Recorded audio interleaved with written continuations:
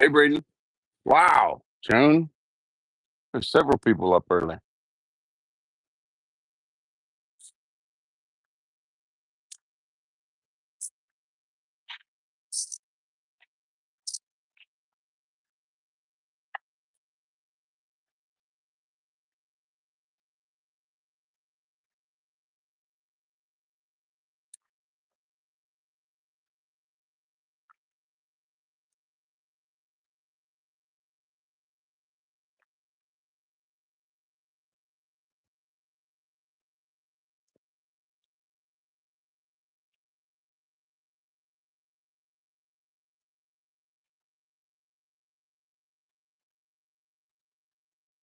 Sorry, everyone, about the internet going down yesterday.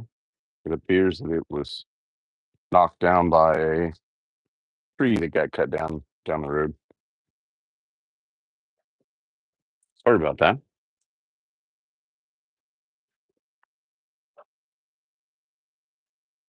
Hopefully, everyone had a good rest of the afternoon or rest of the day.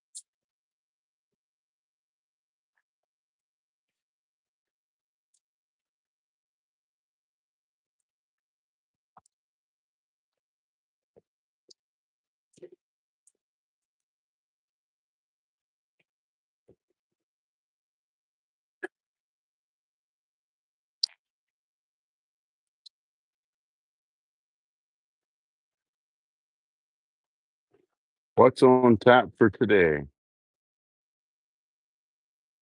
Hey, look at that. Joan, did you have coffee this morning?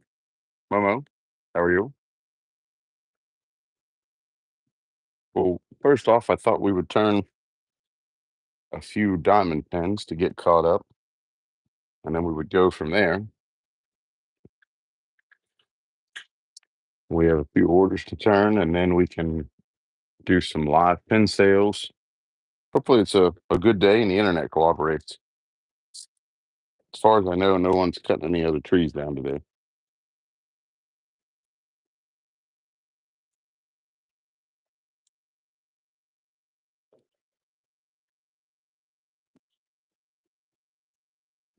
And I've got something actually I want to try as well. Braden, this might be something you want to try. Give me a second and I'll show you. Let me get this piece cleaned up here a second.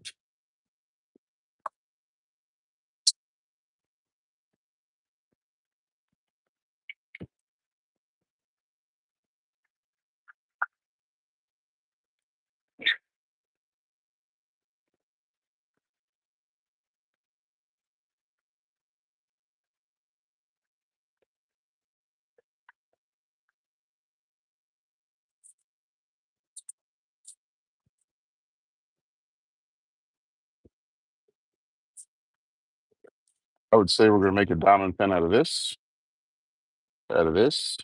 one of these. Thought about one of these as well. Actually, I have two of these, but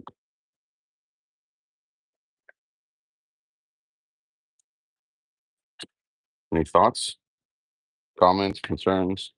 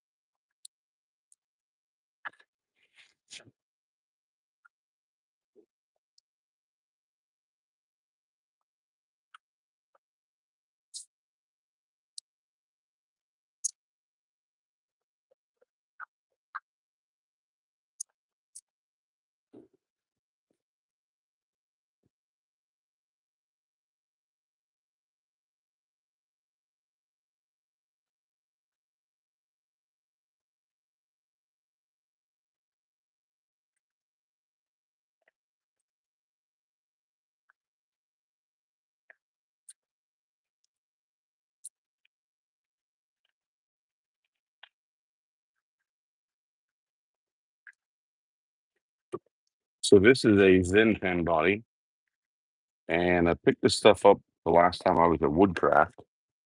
I would like to try it, is because I've never used it yet. So this is a material known as easy inlay by Abalone, and it's a strip. And my thought is we'll turn this piece of ambonia round on the alcohol here, right? We'll turn it round,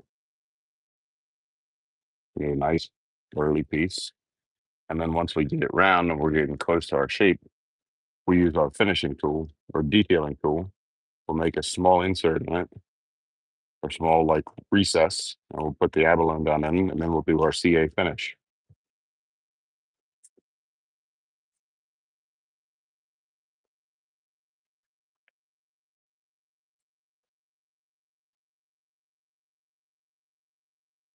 All right.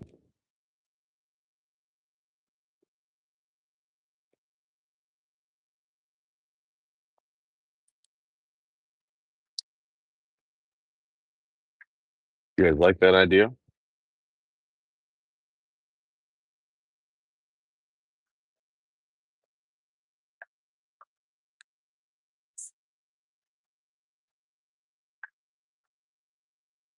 Let me clean up the ends of these. That one a little clean.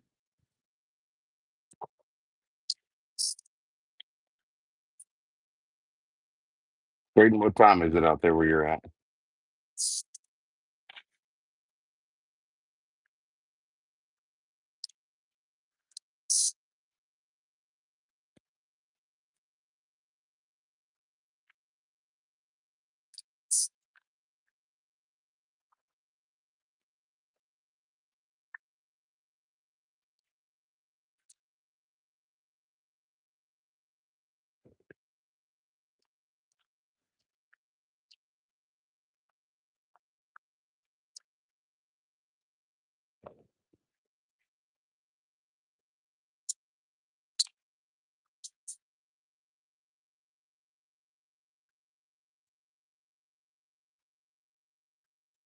Didn't make it to the stores. No coffee. Got it.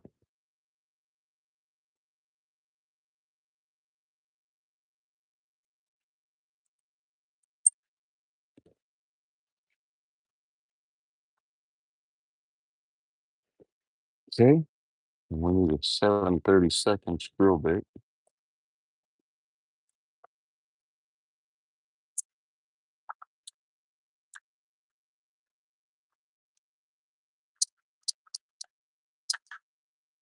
And see if we can get these to slip into the pallet chuck.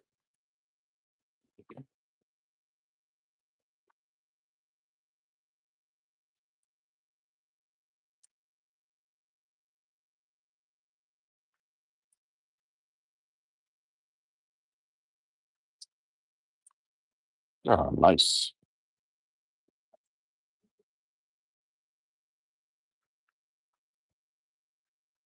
Braden, do you use a keyed or keyless chuck for your drill bit?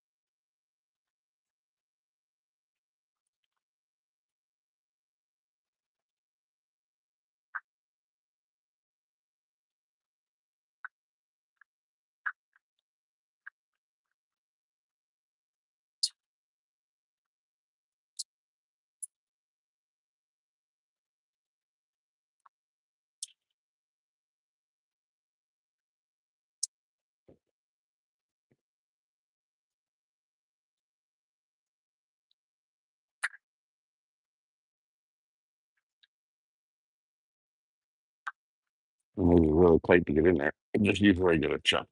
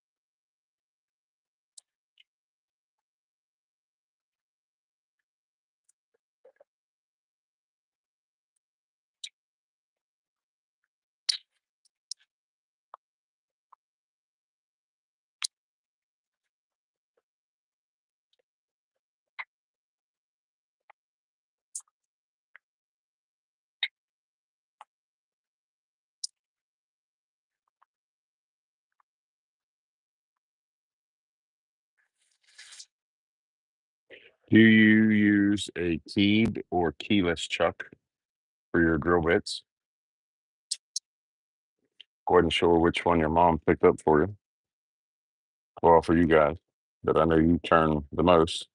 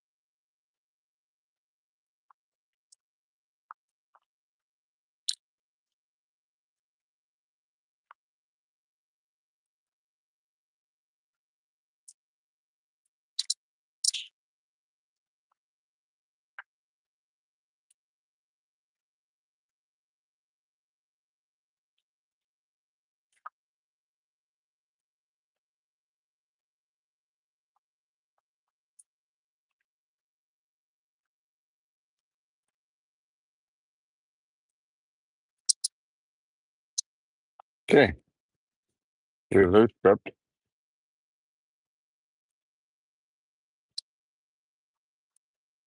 And we need one of these, 10 and a half.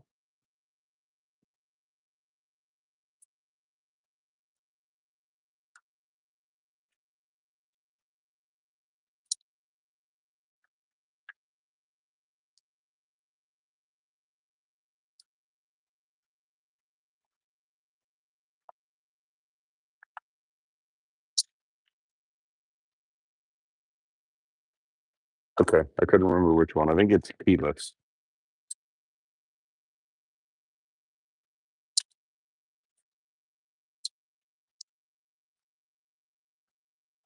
Yeah, that's what I thought was keyless.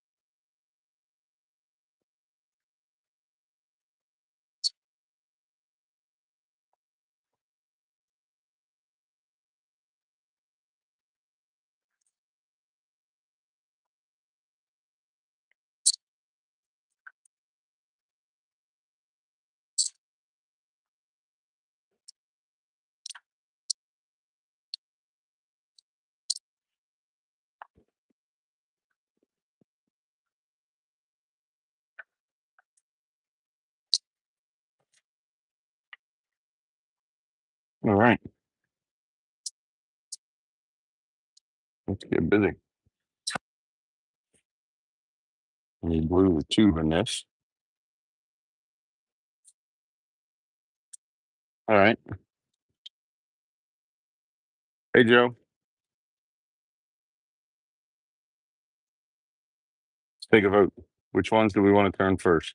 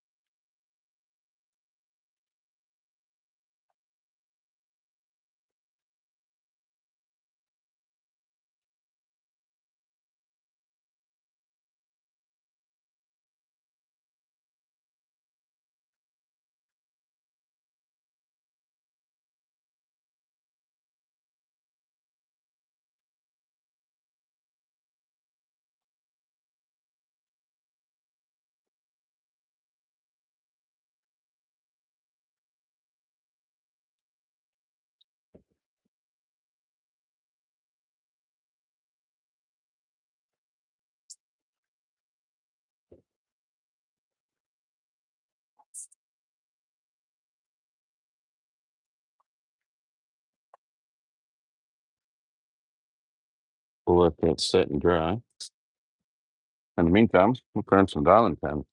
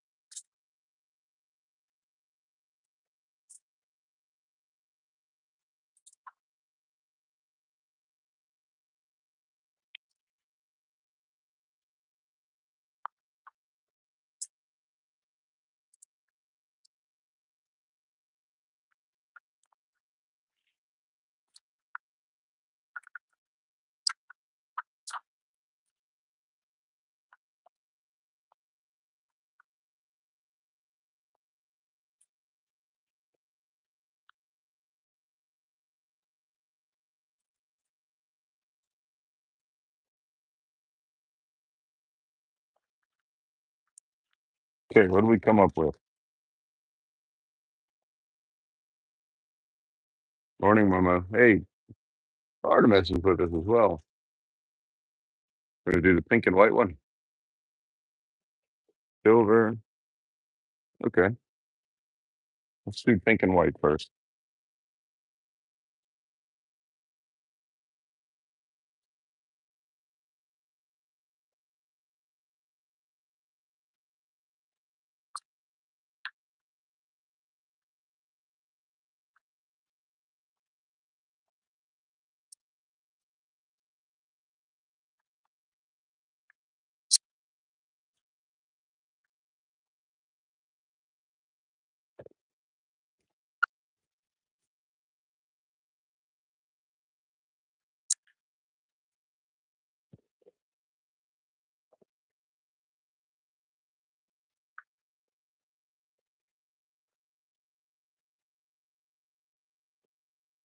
Clean the house and mow the yard.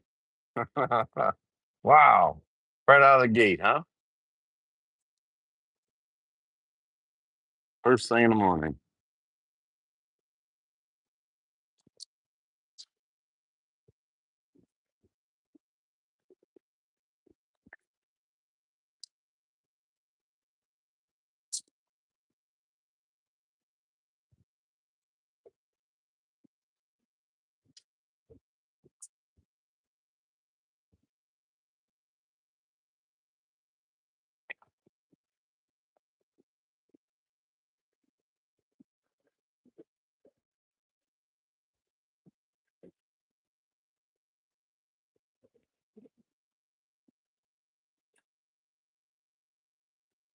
Nice. I forget what time it is over there.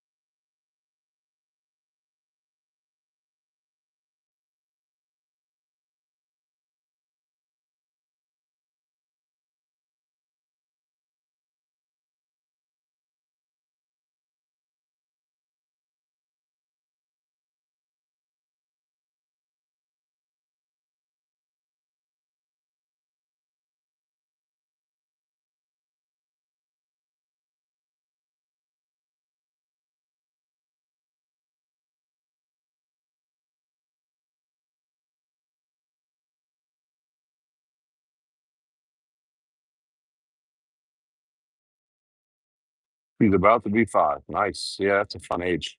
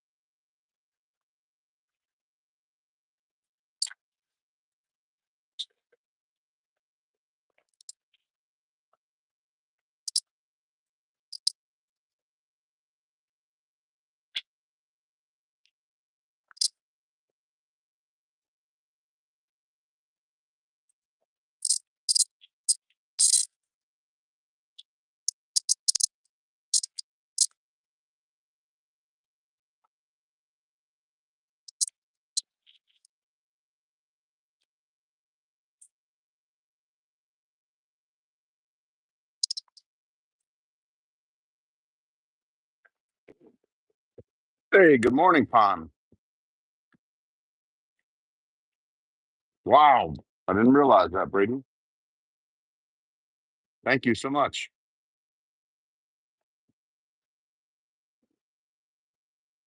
Good morning, Amber.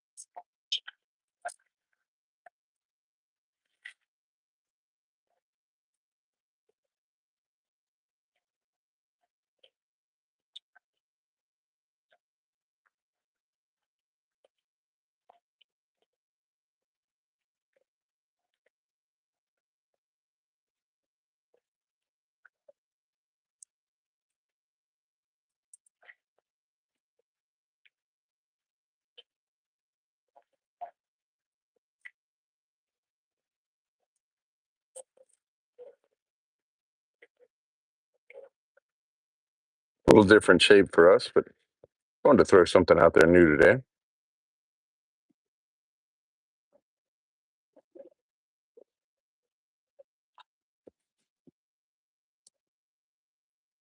Oh, wow. Coloring is awesome.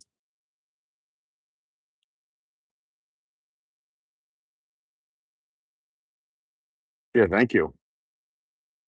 Thanks, Braden. I didn't know that. We have some diamond pens this morning, Pon, and we have actually something new we're going to try is earlier we mentioned we have a piece of Ambonia that is for a Zen pen, and we're going to do an accent band with a piece of this stuff that I found. It's new, or it's new to us, with the Abalone inlays. So we are going to cut a groove in our pen once it's made, and then we will put that in it. We'll make a little band with our detailer tool, a groove, and then we'll put the band in it, and we'll CA finish the whole thing. Should make for an elegant looking pen. One thing is there won't be gold hardware on it. So Steve, he'll be sad.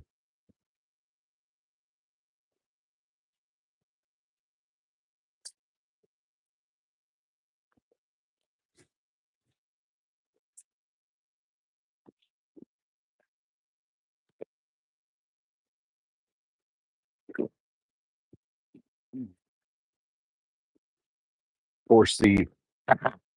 Yeah, poor Steve. Yeah, that one came out really well. We'll have to make some more of those this week.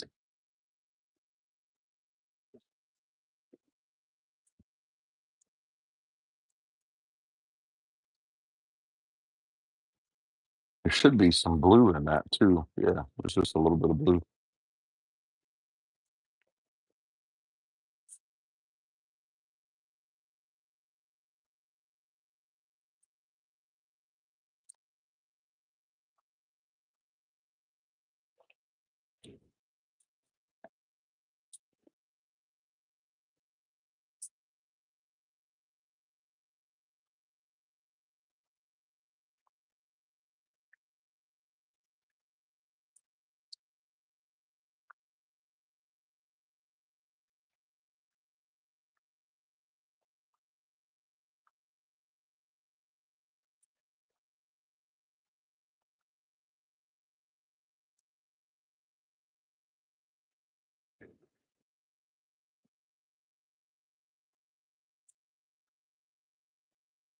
Hey, thanks, Joan. Yeah, the pink and white is a really, really neat thing, Braden.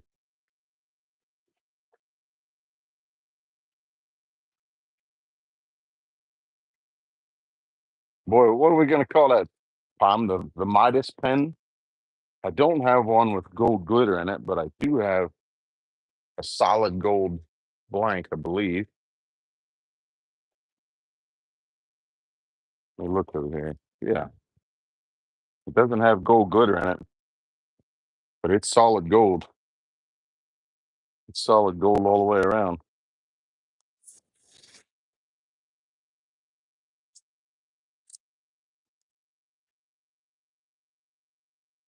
No gold glitter, but it's gold. It's gold all day long.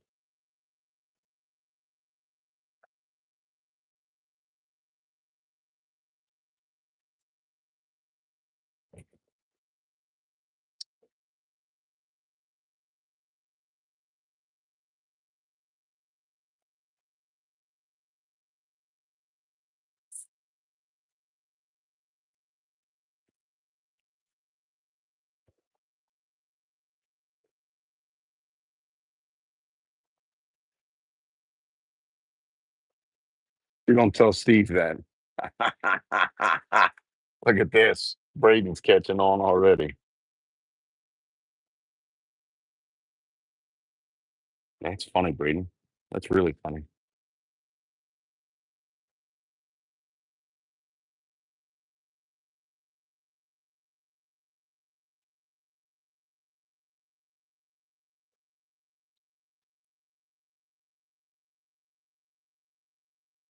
I have a couple gold kits because it goes with the floral petal.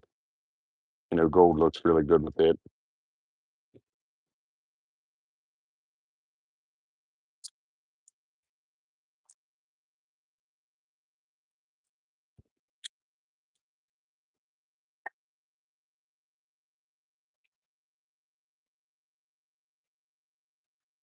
Hey, Kim.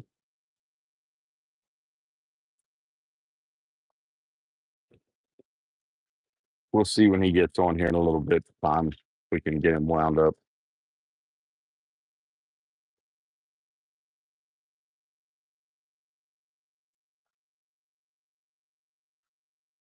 I'm sure we can.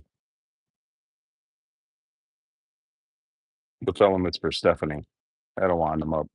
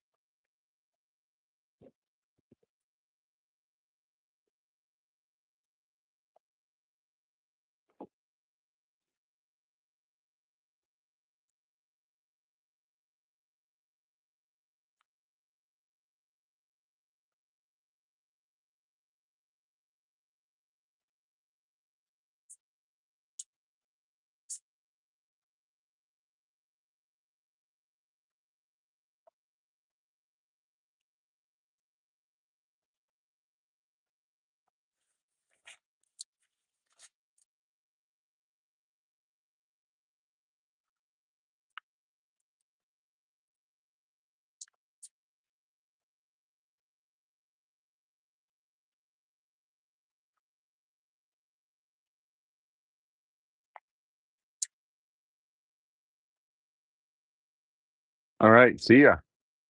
Have a good day. Have a good concert. Thanks, Kim.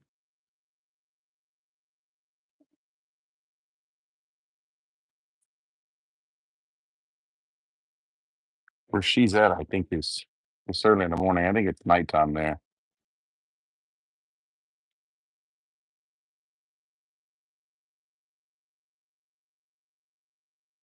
I think she's in Sweden.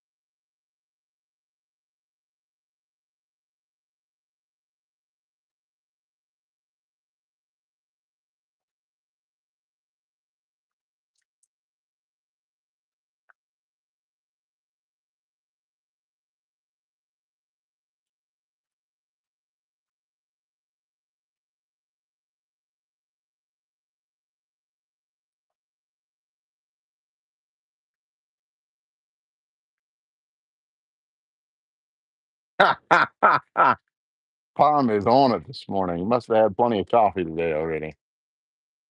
I haven't had any coffee yet. I need to get some.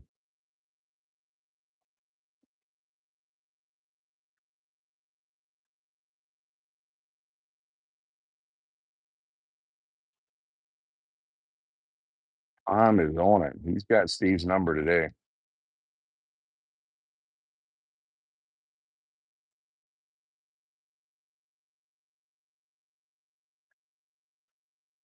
His number is not 876-5309. Or is it? Hey, what's up, Lily? Yeah, you just missed her. She just said she was going to a concert. Yeah, I'm shocked he's not on here already either. He must be sleeping. Must be second shift. Huh, Joe?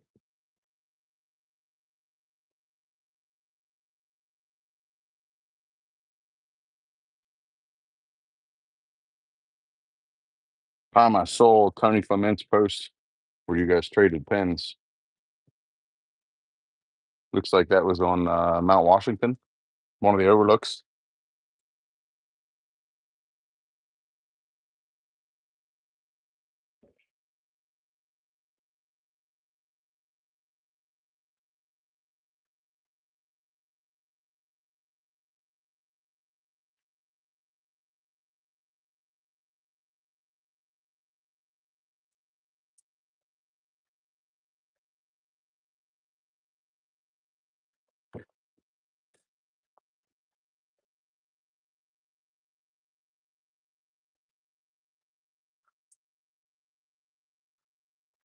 Yeah, the weather looked great. It's always nice meeting a fellow Turner.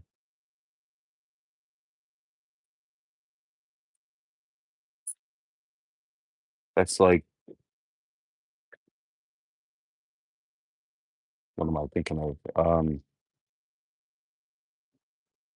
The MOV PTG, Middle High Valley Print Turners Gathering. It's always nice to meet other Turners and people that you've talked to and worked with.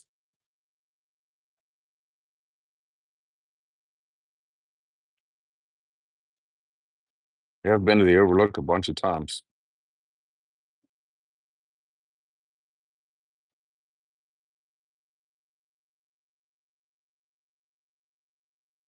Gorgeous place.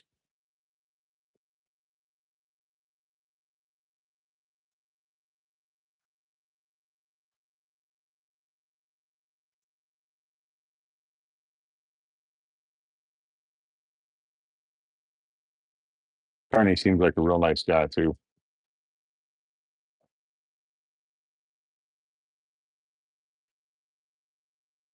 His little boy that runs Paxton. Yeah. Kid's a heck of a trapper. Catches all kinds of stuff.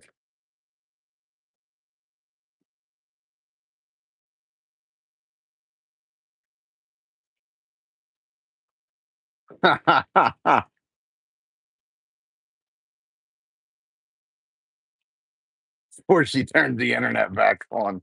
Man, you all are on it today. Everybody's on it. I mean, into the thick of it.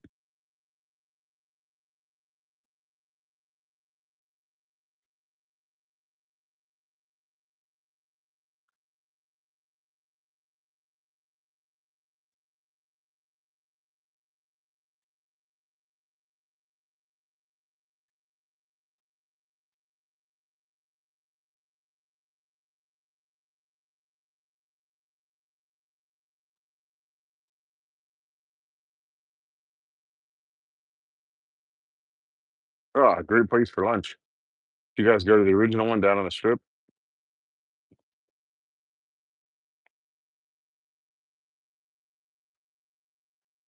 I mean, obviously you've been going there longer than I have, but as long as I've been going there, they usually try to catch for Manny Brothers a couple times a year.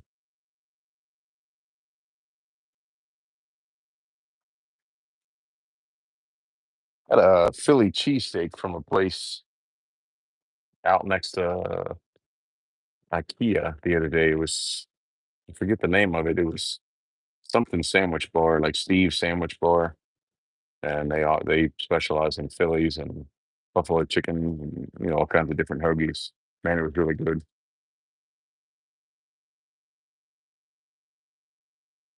Oh wow, you've been hitting it for a while. Yeah, I agree. That's the only one worth going to.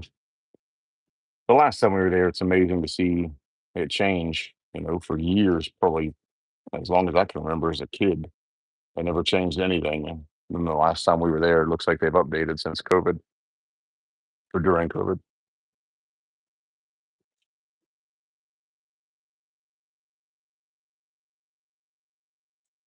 Good to see you took them to the original. That's awesome.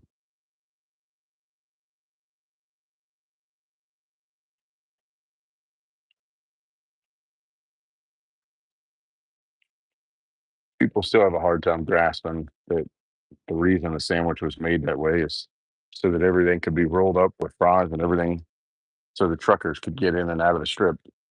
Back when that place started, it was a heavy, heavy terminal, and the train station was just across the street. It's a lot of traffic. I needed a portable sandwich or a portable meal. We go to Pittsburgh pretty often. I recently took a job with a company out of Pittsburgh, so I'll be there more often.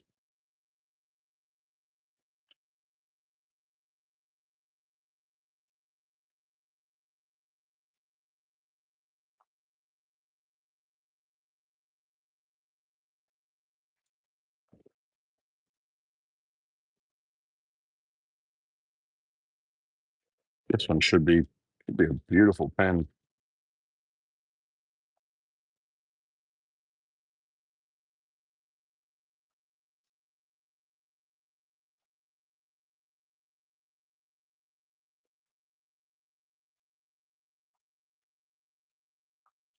Oh, really? I didn't know that. That's awesome. That's the closest major football team to us.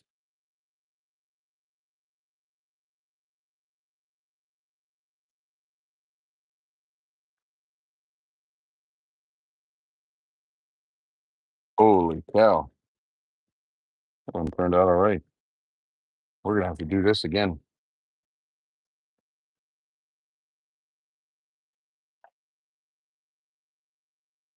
We'll have to pour some more of these. These would be beautiful as a bespoke pen too. We'll have to turn some of them or pour some of that length. All right, let's hit it with some of Steve's Rich Man Blacks.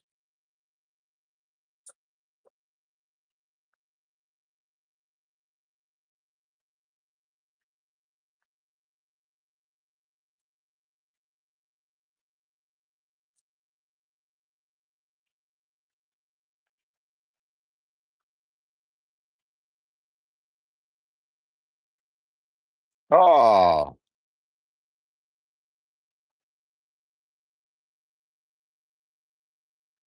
nice. Awesome, Pam. Steve decided to join us. Second shift is here, huh? Good morning, second shift. Glad to see you. Did you get the honeydew list done?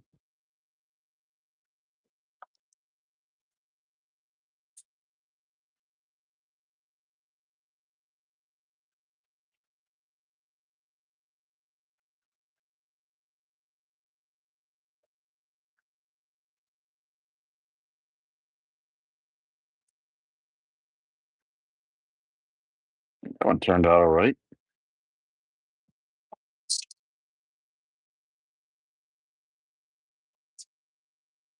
What do we think? Yeah, I think that's okay.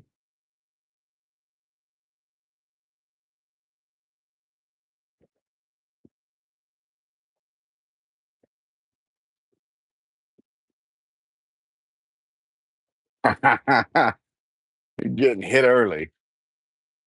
No rest for the wicked.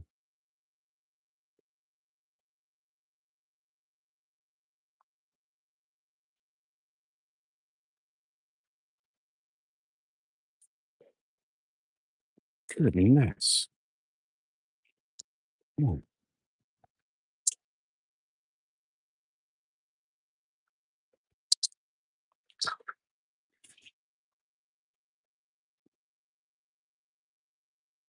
beautiful.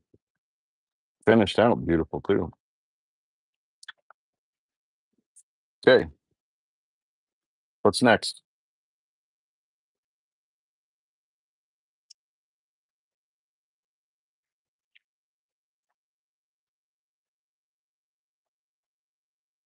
It would. Yeah, I agree. Purple. Okay, by golly. Purple it is.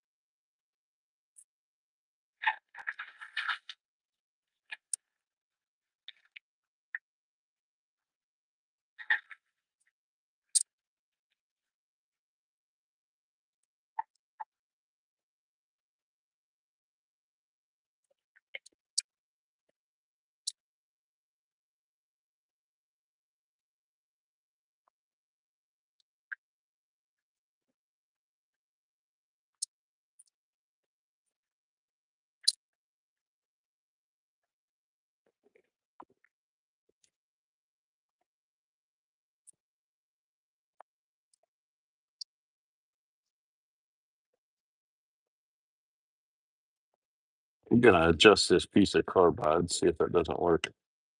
Maybe smooth things out a little bit.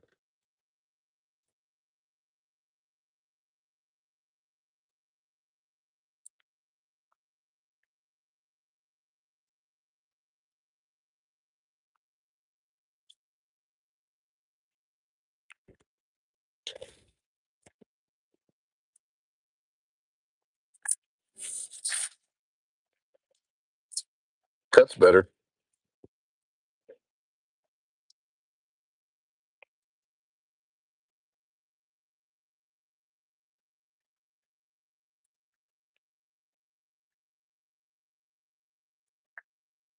Okay, let's lay out a little design.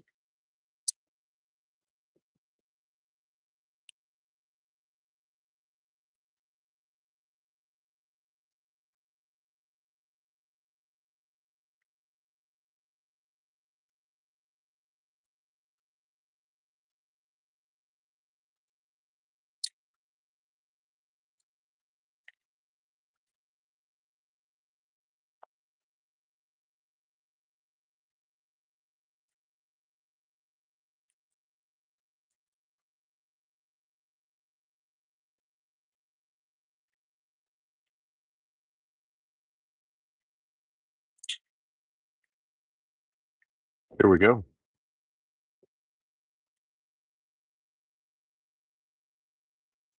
Yeah, it's from Amazon or not Amazon. Home Depot. Super handy. I like it because it's aluminum.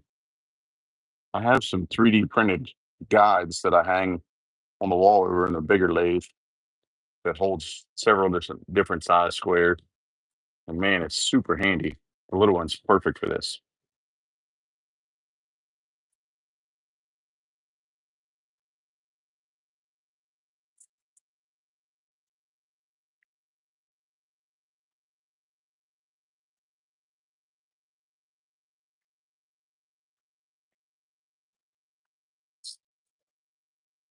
Oh, still in reverse. Okay, here we go.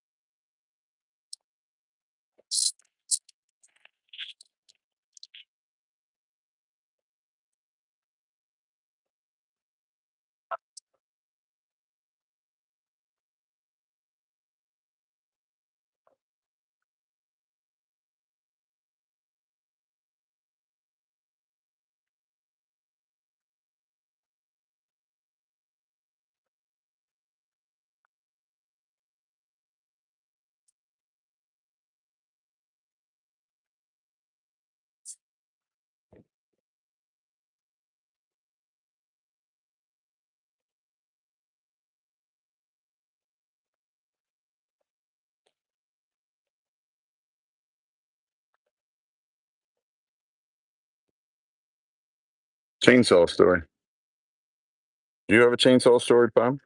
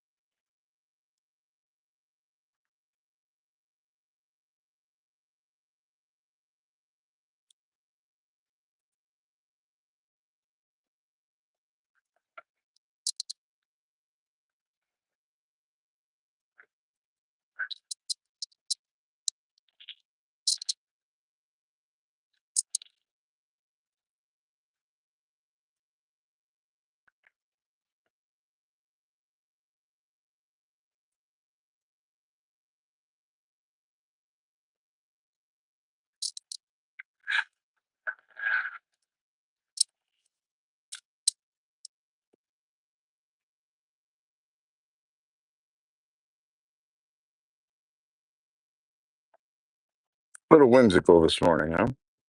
How about that?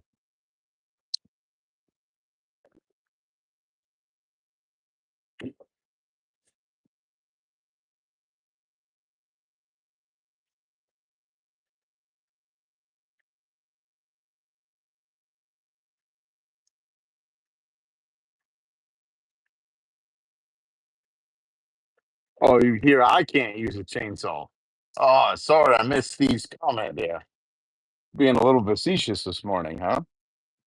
Yeah, I can't use a chainsaw. No, people down the road from me can't use a chainsaw. That's why we had no turning yesterday.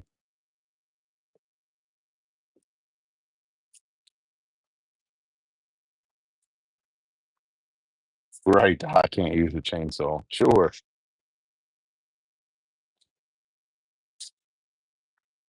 Steve saw a video yesterday of me cutting down a poplar for the neighbor. Wasn't huge. I think it was only 50 inches across, something like that. 48. It's a big one. I'll find the video and post it if you all want to see it, or I can send it to you, Tom. Thanks, Kim. I wasn't sure what to do, so I decided to do something just a little whimsical. Should be ergonomic to use.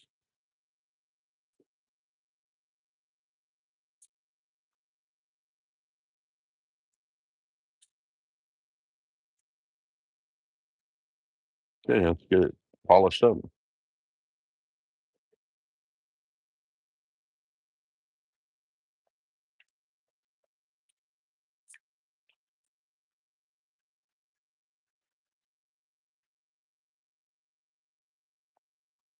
Yeah, I have no issues on a chainsaw. I've laid down, like I told Steve, at least 400 trees minimum, as long as I've been running a chainsaw. It's been a bunch of them.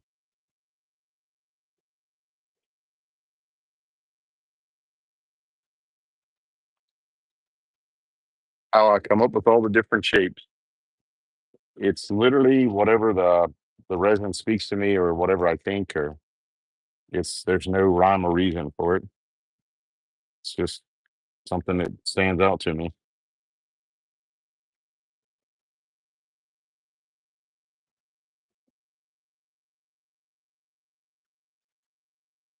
Yeah, issue with a chainsaw.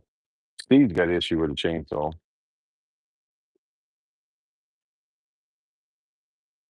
And my wife doesn't have any chainsaws, but I have several of my own.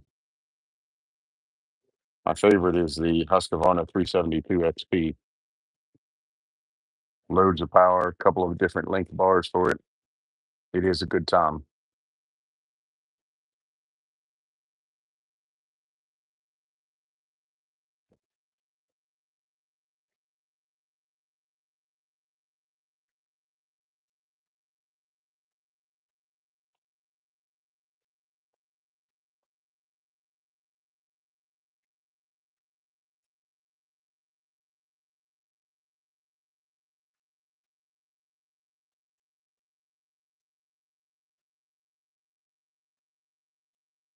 Not allowed to use the Husqvarna. You guys have one, Amber? Husqvarna 372.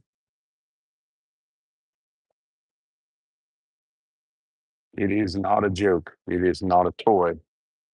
It will it will cut, and we don't run an anti-kickback chain, so it will cut really hard and fast. And if it were to kick back, you have to have enough strength to hold it down.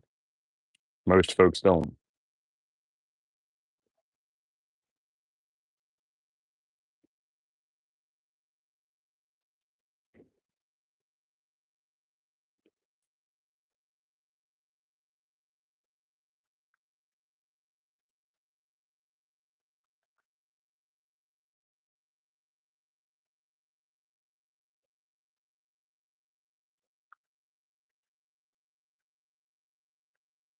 Absolutely. Yep.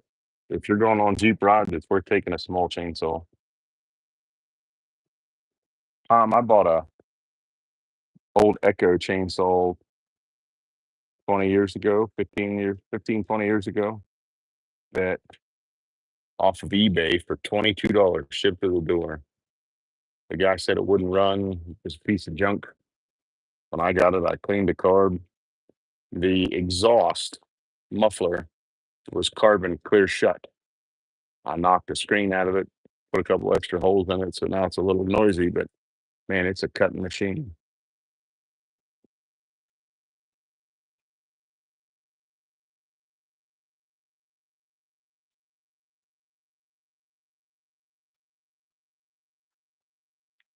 I think it's a Echo CS 440. You like running a traco, Amber, like an excavator.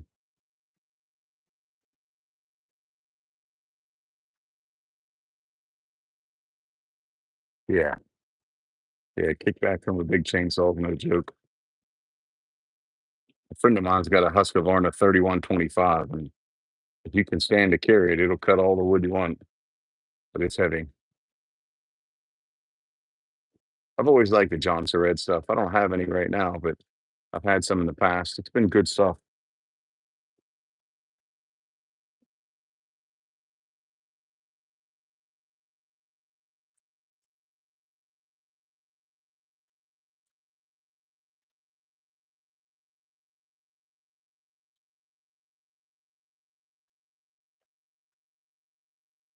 It's real similar to somebody else's brand, but I can't remember who it's real similar to.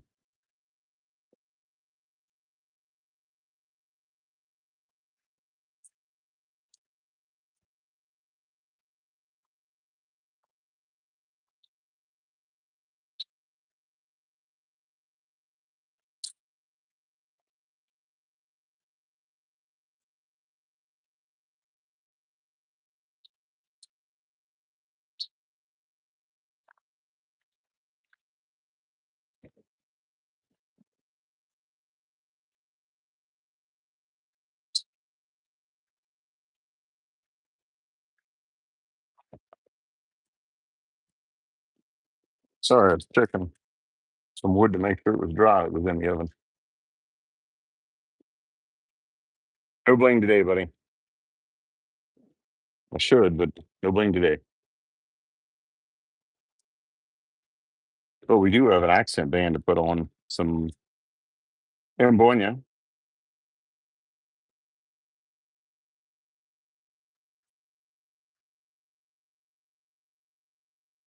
Nice.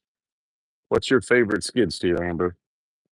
Obviously, you ran a few of them. What's your favorite one?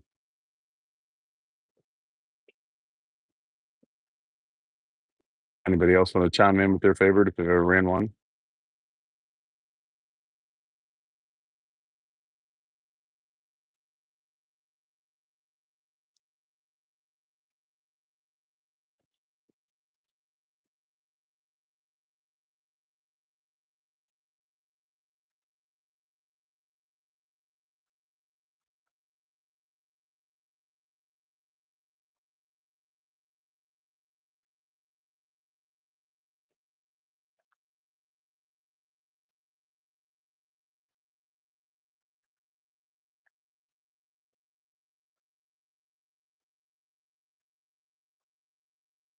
Mom, how's the new zero turn mower?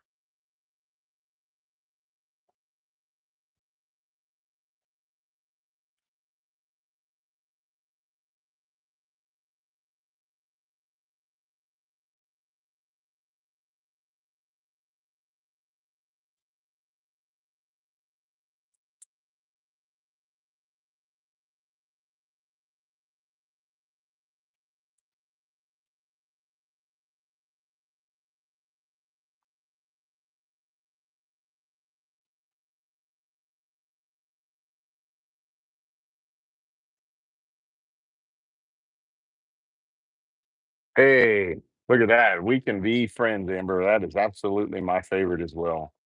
Is it Takuchi TL12, TL10, anything like that? Man, there, Takahuchi, however you spell it, however you pronounce it. My favorite. Those things will break something in half before the engine gives up or runs out of power. Anything like that. They are a machine. They are, I would say, probably The best skid steer in the market.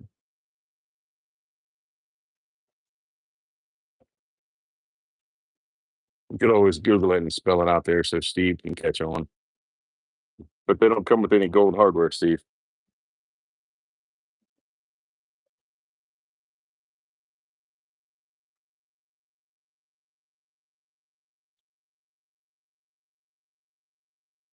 Yeah, they are super smooth. They never run out of power. They don't, you know, bog down easy.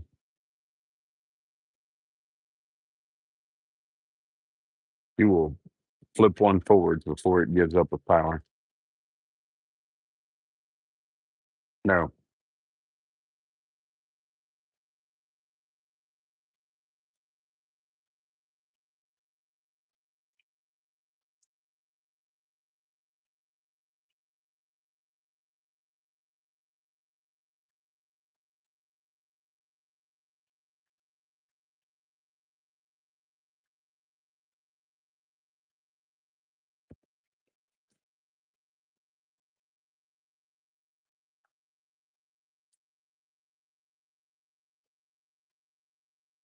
If you would have came back and said Bobcat, I would have questioned your ability to be a good operator. Just kidding. But Takuchi is the best, hands down. I would say Kubota is a real close second.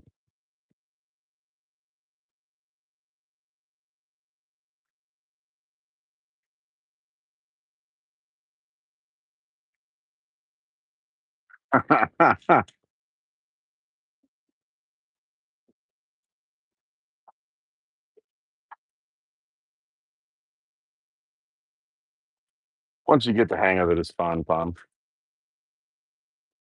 And every machine is a little different.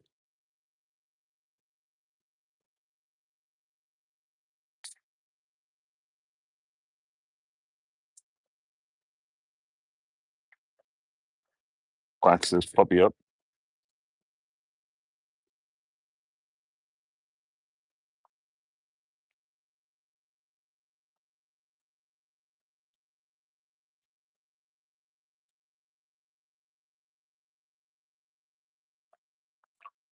I have to order some wax this week. We have all this turning today, and we have a lot again on Tuesday.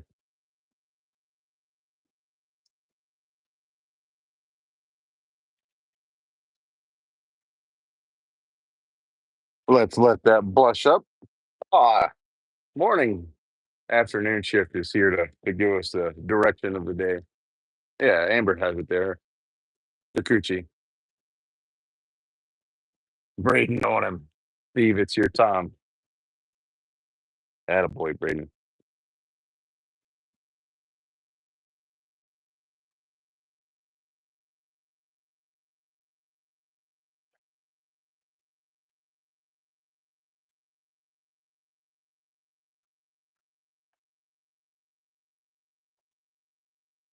I'll give him credit for one thing with this. Boy, it shines.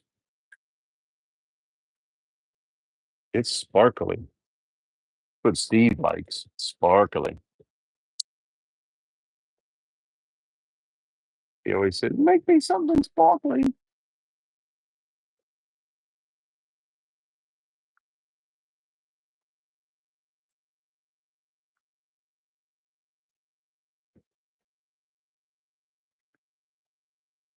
Ha!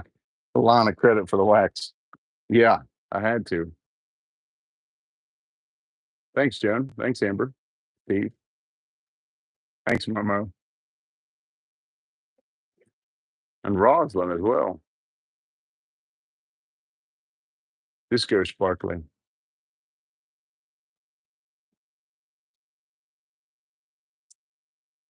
We make this in a little darker purple as well. Both are awesome.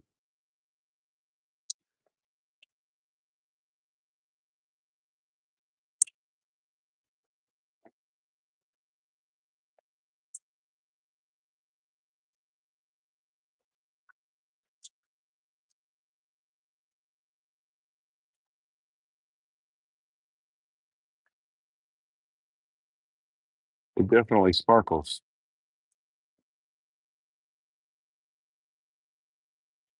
Makes the big money. Right. Right. Tom, we made this yesterday. We made actually all three of these. This is, like Joan said, sometimes something so simple is always so elegant. This is just a plain black rod and gold hardware. The other two are Apollos. This is the one we painted in 1 week live. And then this is Ambonia with just sapphire blue ends on it.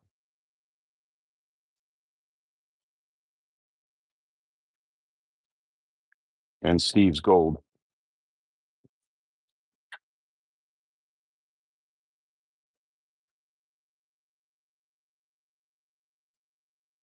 Yeah, we did gold only because it looks good. It looks elegant with it, classic, timeless. There's Steve's favorite.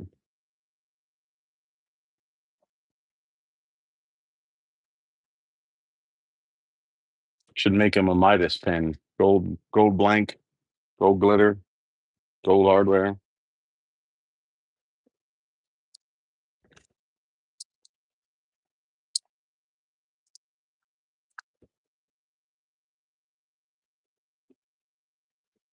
Okay, let's knock out one more.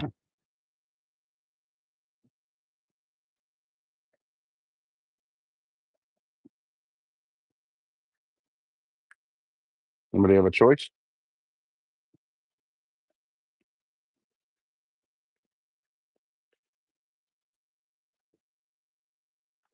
We just did a purple.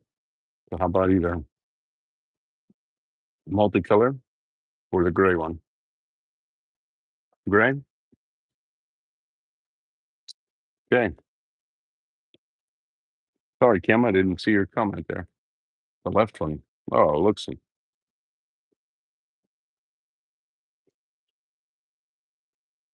Well, the majority has spoken. Looks like it's going to be gray this time. Now, the gray one is right up Steve's alley, too. It has gold flake in it.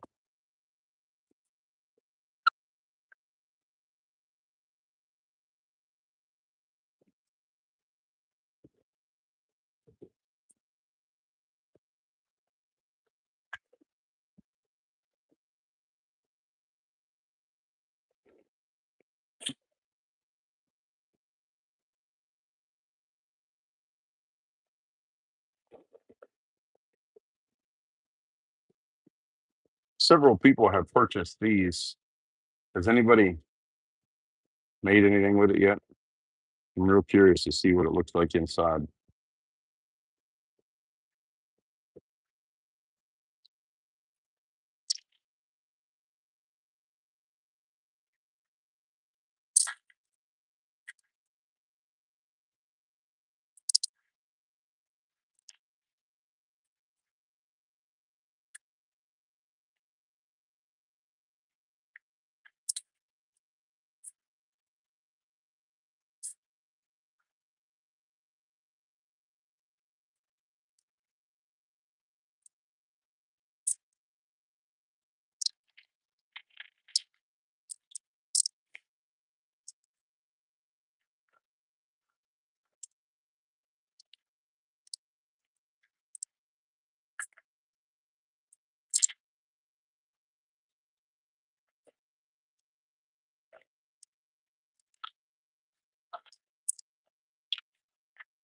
Also, if you're a new turner, the thing to remember is to try to say, if you're turning resin, use negative rate carbide and stay at or below the center line. If you notice I'm below and I tilt the tool up, usually works fairly well for us. You'll figure out what works for you, but this works for us.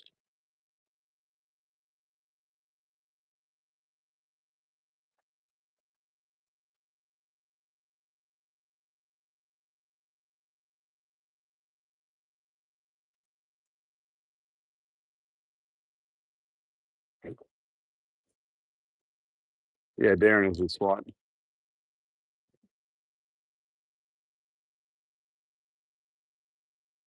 No, it's not caramel mocha. It was Morning coffee. We just made it week before last, 2 weeks ago.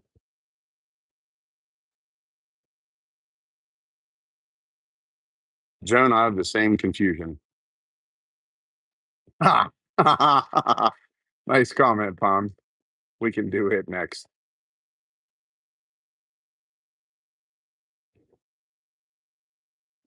Yeah, it's butter turning.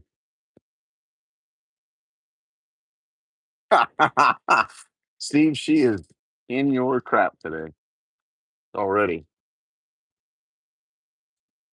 What's that little meme that comes up into all the time? Into the thick of it.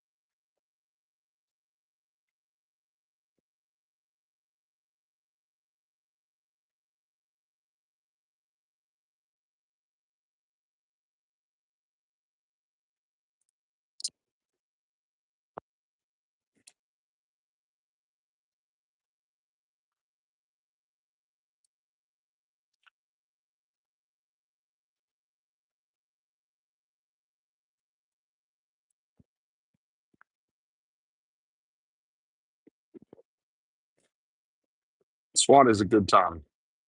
It's not just pins, it's a lot of turning.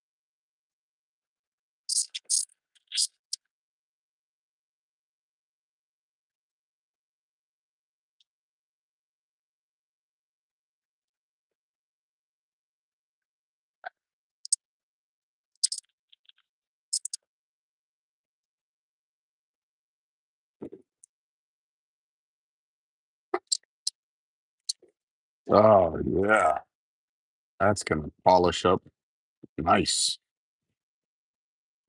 nice. That's gonna polish up real nice.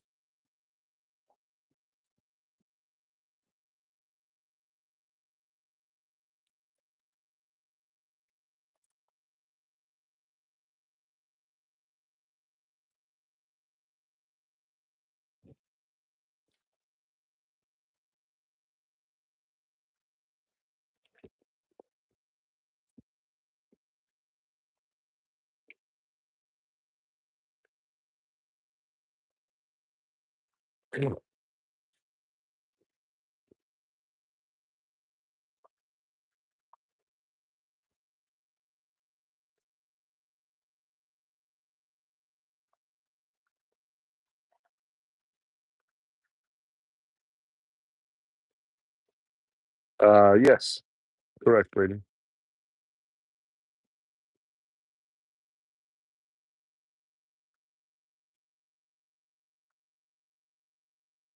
Thanks, Kim.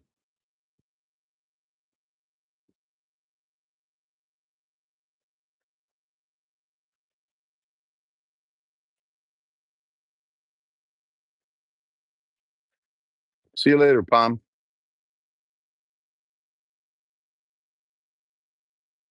Thanks, Kim.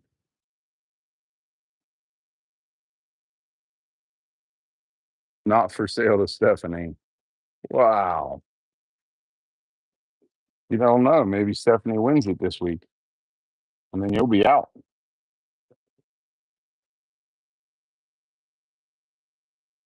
The gray is something different, you know. I wasn't sure it would work for everyone, but it comes out very nice.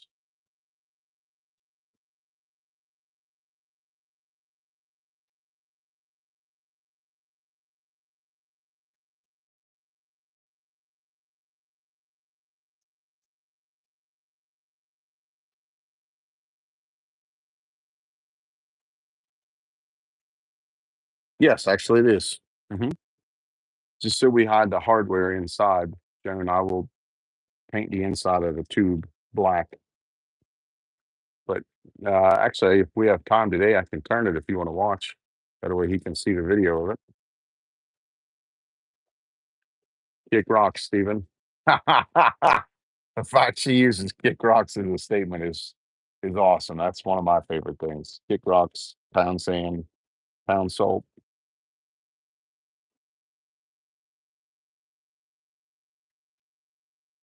Yeah, I agree, John. He should love it. I actually have it on in the bench.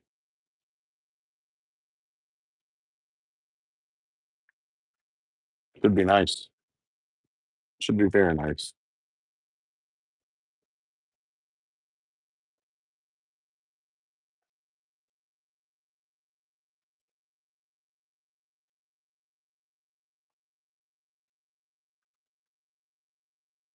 I think it'll be nice as well being painted black inside.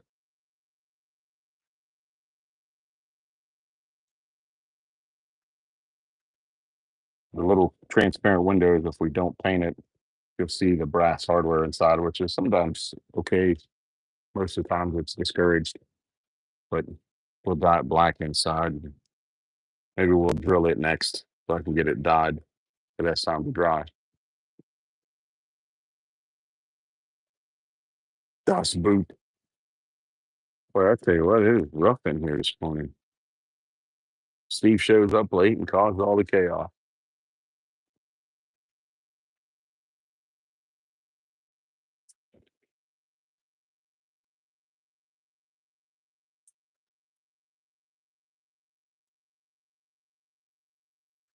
I like it. Good job, Carla.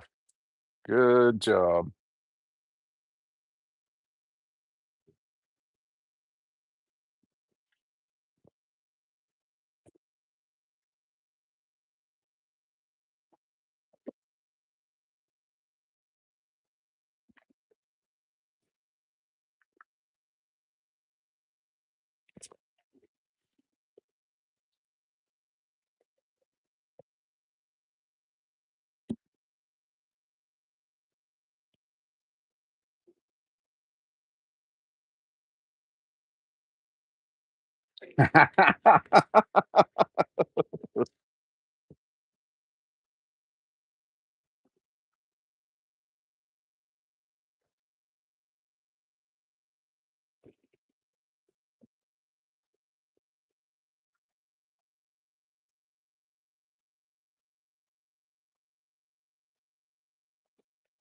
So we currently only have one left, but I will be pouring more this evening.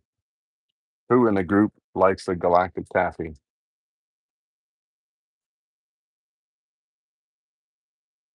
Anybody? That's going to be a stock house blank as well.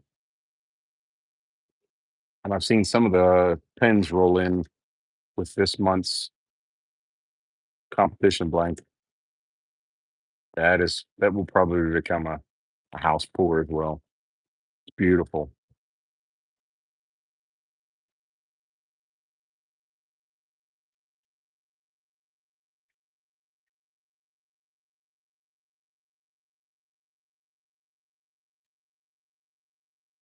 Yeah, 90s. Yep. My daughter's the one that named it Galactic Taffy.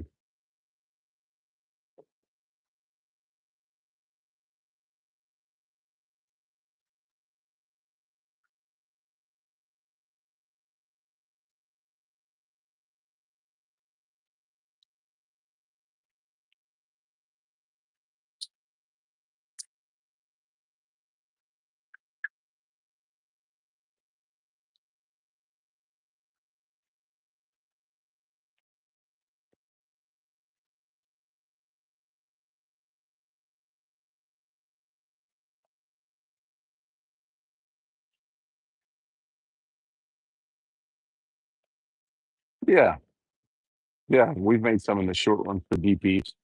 I can pour a battery of them today for DP pens. It's awesome. It's a good pattern, good colorway. I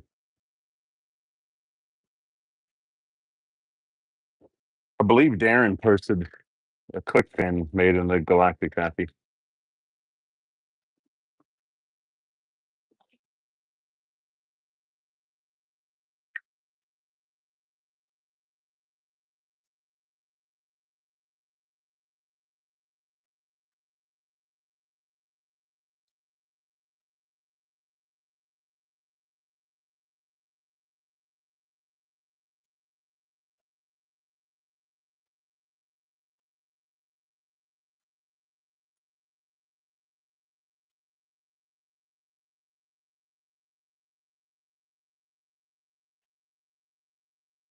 Yeah, you do, Stephanie. I'm sure.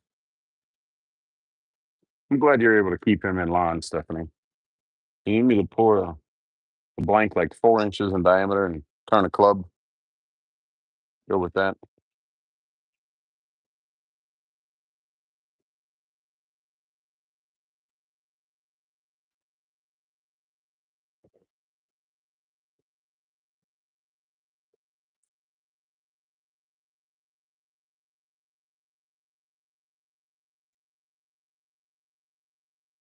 I think he posted it in a group. If not, I know he posted it on Instagram.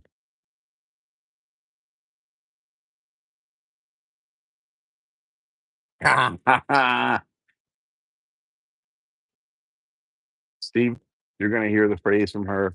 Now you gonna get it.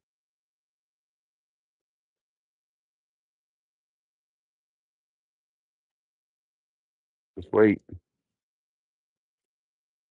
She's gonna give it to you.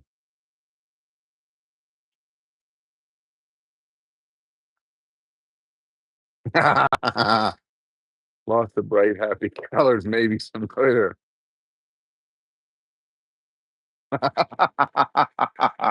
Your sense of humor is hilarious.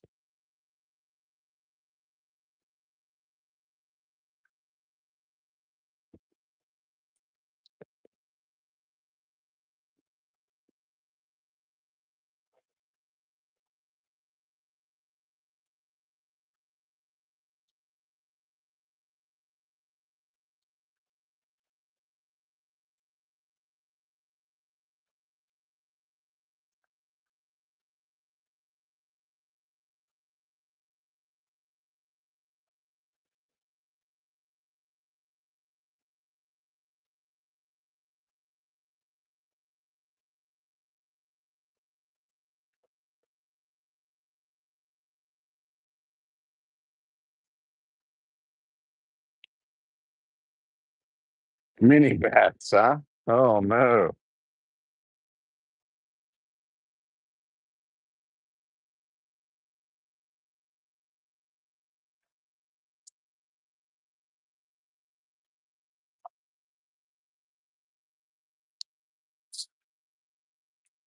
Okay.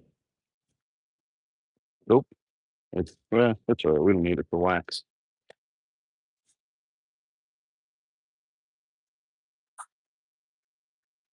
The gold flake sneaking out in there is really neat to see. Now we let this blush up.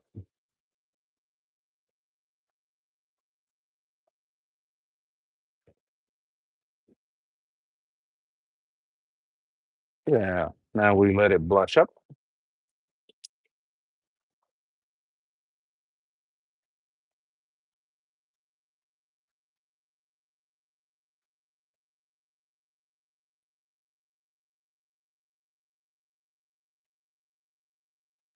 Wow, what a terrible reference, Steve.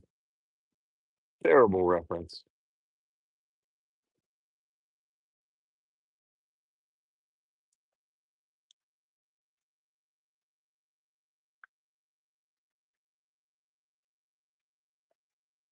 Thanks, Stephanie.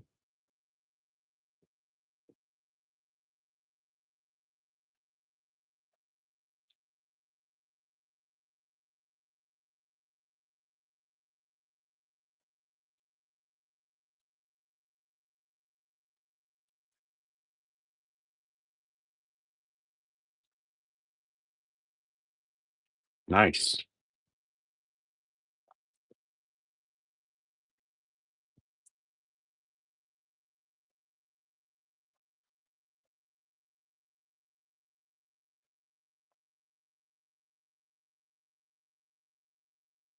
Gold, Stephanie. Gold.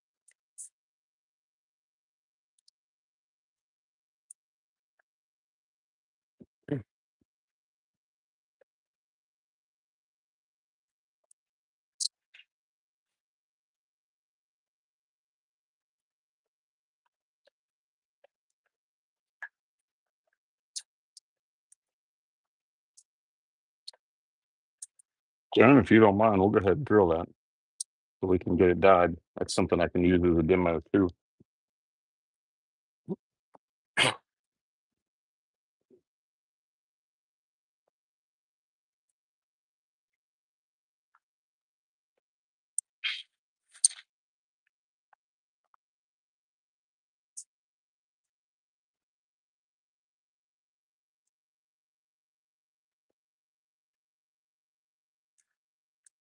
Good morning, Guinness. Hello, Guinness. I see you've been rolling the grass. You're wet, Guinness. Ugh, I'm ugly.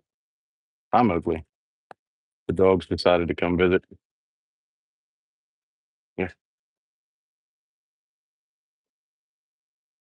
I'm ugly. I'm ugly. The big one went back outside. I'm ugly. Okay, go go find Guinness.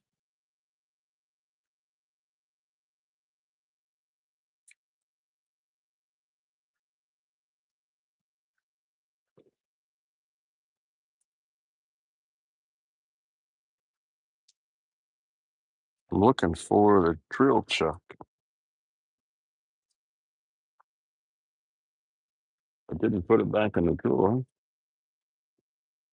Hmm,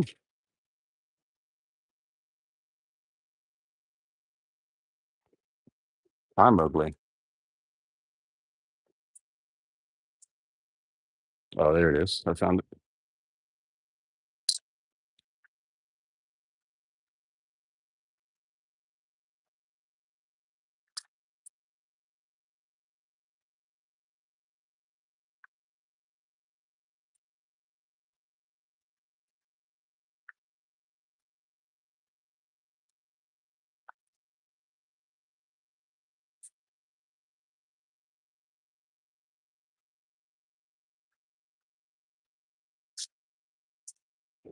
I don't think I have any treats over here, buddy. You ate them all yesterday. Have to get some more.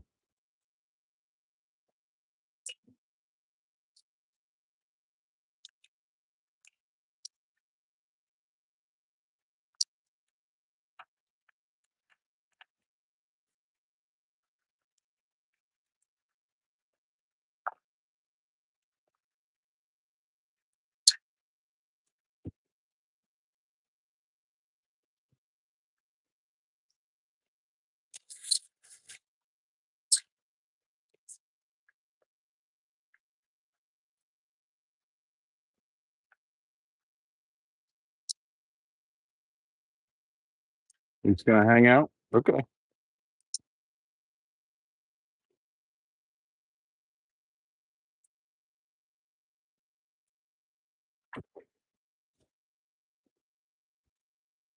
Hmm.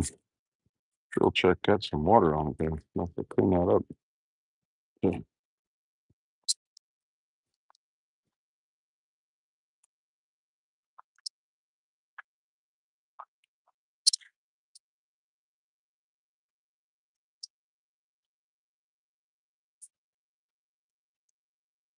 Yes, it is a Zen fountain pen. He likes Guinness's haircut. Where is the big one? He's outside. He'll be back.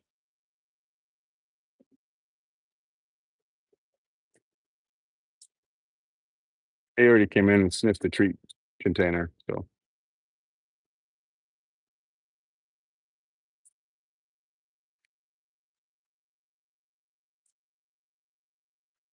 yeah, this is Zen fountain pen.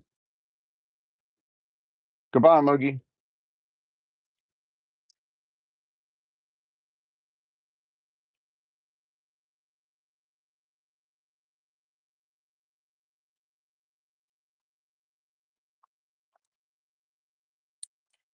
His name is Mowgli, like the little boy from the Jungle Book movie.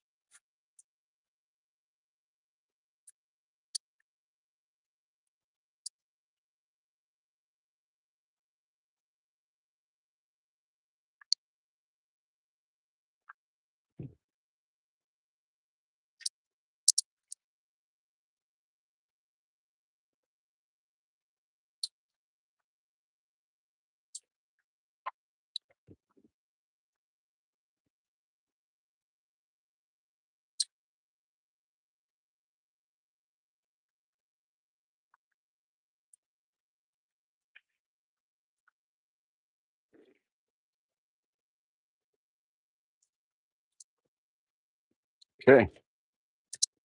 Now, before we can glue our tube in, because this will be a transparent blank, and we don't want to see our brass hardware. If it were Steve's, he would want to see it because then he could say it was gold. But we don't want to see the gold hardware. So we are going to paint the inside of it. Maybe if I can find a couple of Q-tips here. Hmm. I'll have Tyler bring some more down. I didn't realize we were out. He'll be down shortly, and then we'll dye it a little bit. But if we didn't dye it, you'd be able to see the hardware inside. Depending on how transparent or how much glue we use, that may not be favorable. So we'll dye it.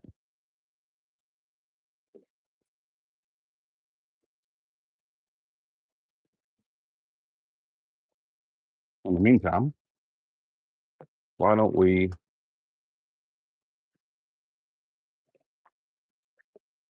work on this with the inlay?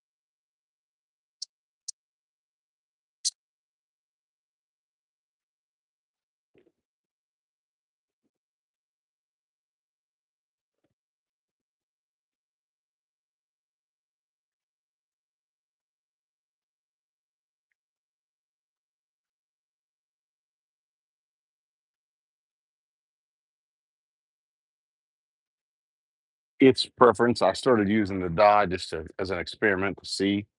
It worked out well for us yesterday.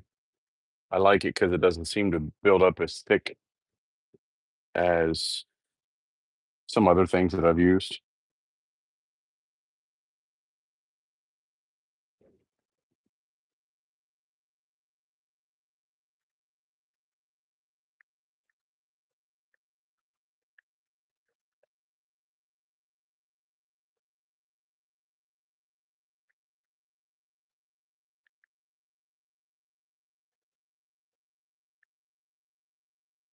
There we go. I was thinking I had some long Q-tips in here, but I don't see them either.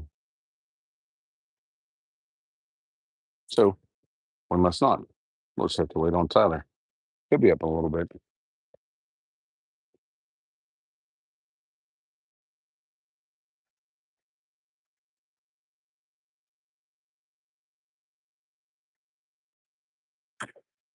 I've used Tesser's model paint, and then lately I've been trying this Kita dye, and it works really well.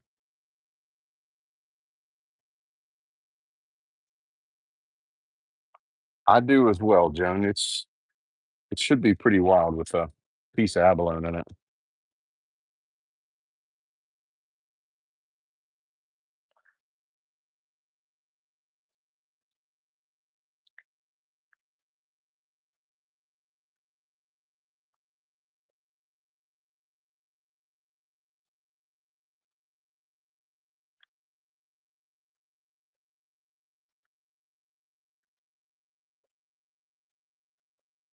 Okay, here we go.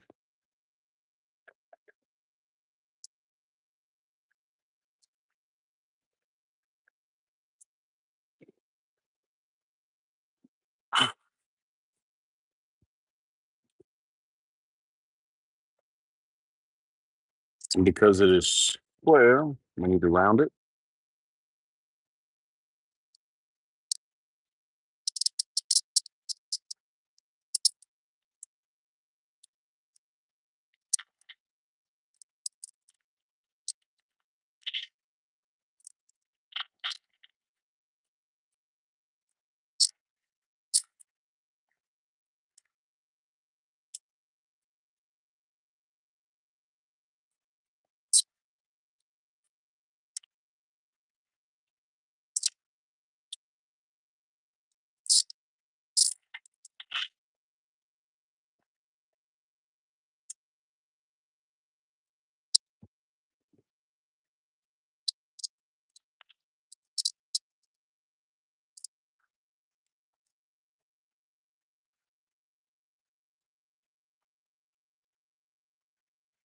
See, Steve's steady hand will allow you to do that in wood too.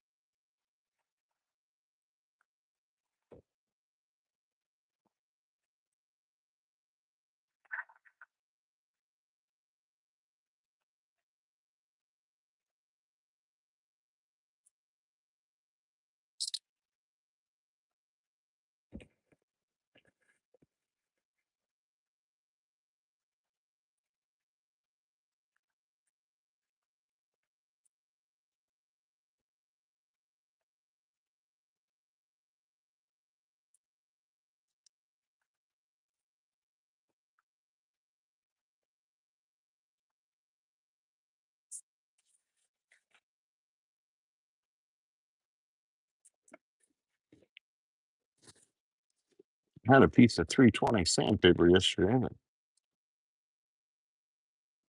Hmm, there it is.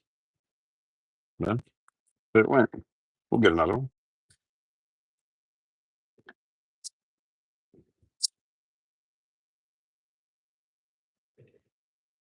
I think this would look good with a piece of walnut as well with this inlay.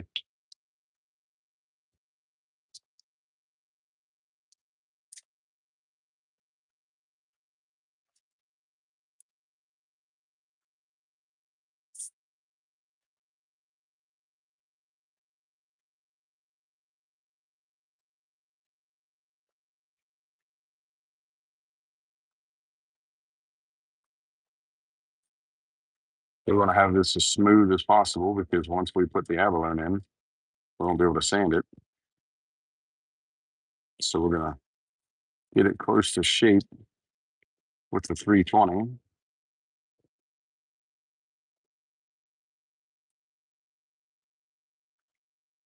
Take out any ridges.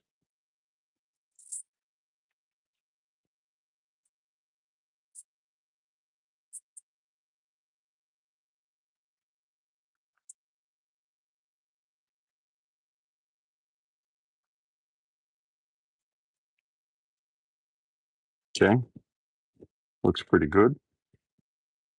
We vacuum up some of this material so that when we do our CA finish, it doesn't end up in the finish.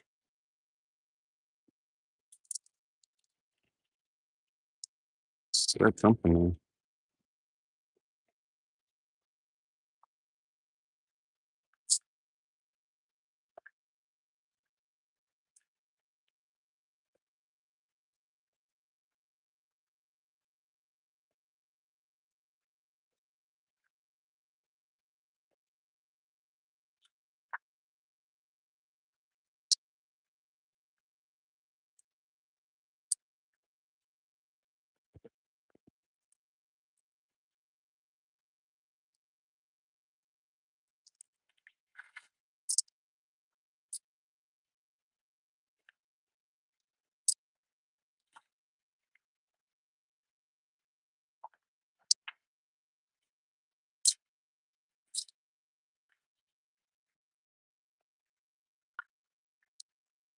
Okay, we're gonna wet sand this with some 600, and then we'll put our inlay in.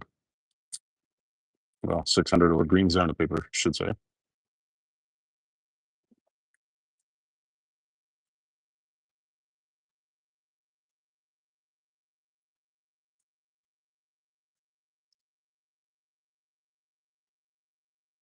Ambonia burl is a beautiful, beautiful wood. That is for sure.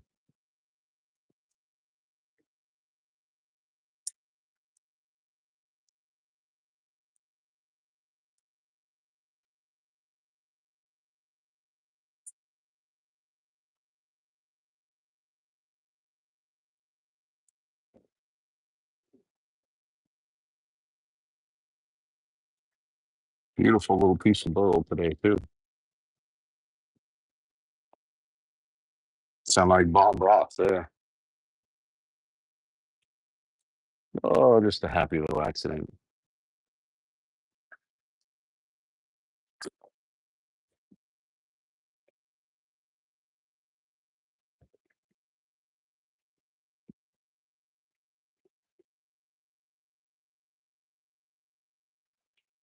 This is Ambonia burl.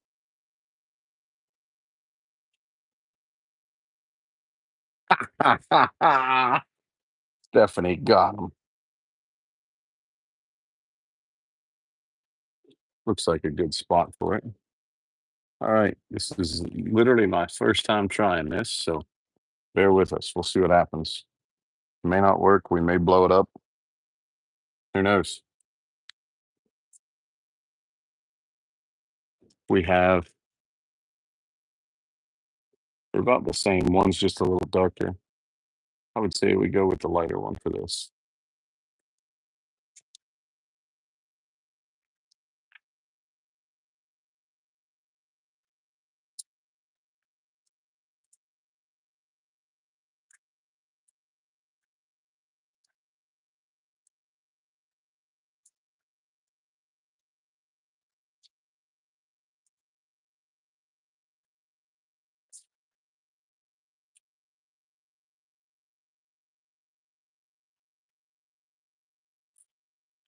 Use a real fine pencil.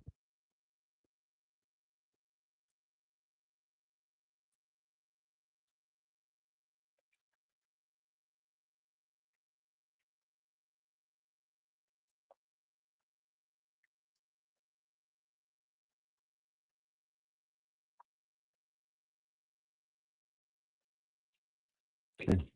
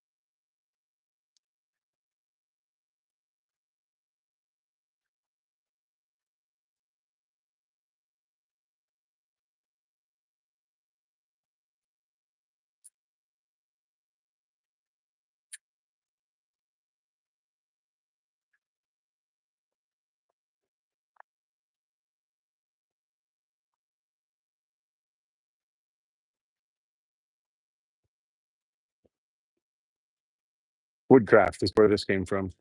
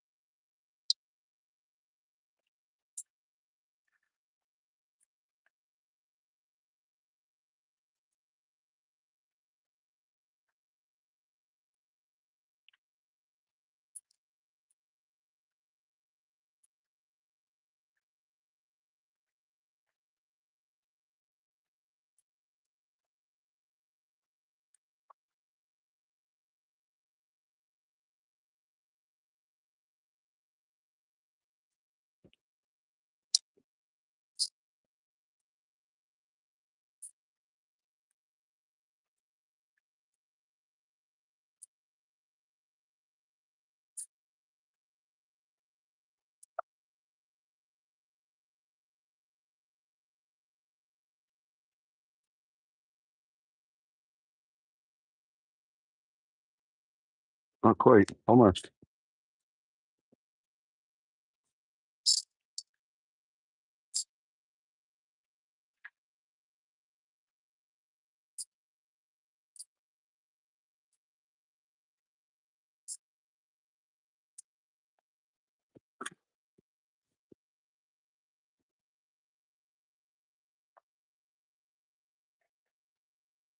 The thickness is correct, or the depth, I should say. And just a little touch down, just a little deeper.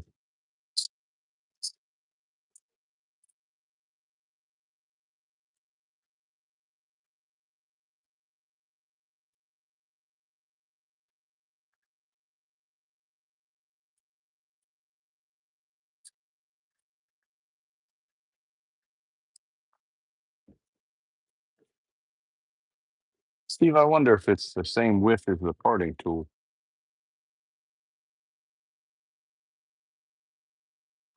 It should work. It should work.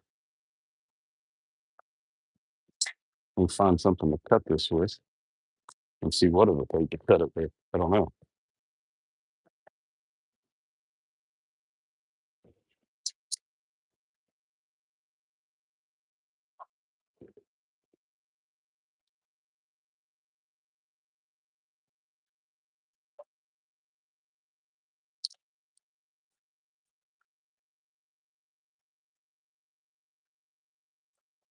Oh, it'll cut easy with a utility knife. Good.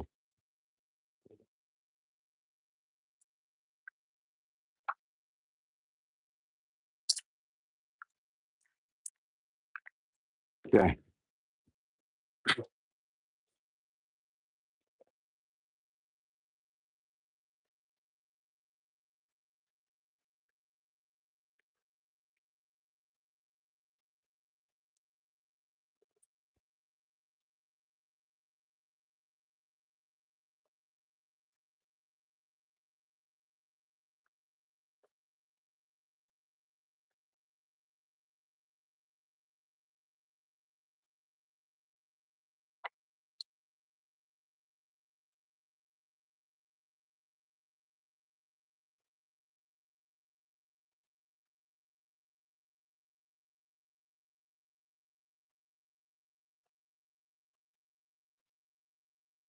Hmm. Maybe just a little more width.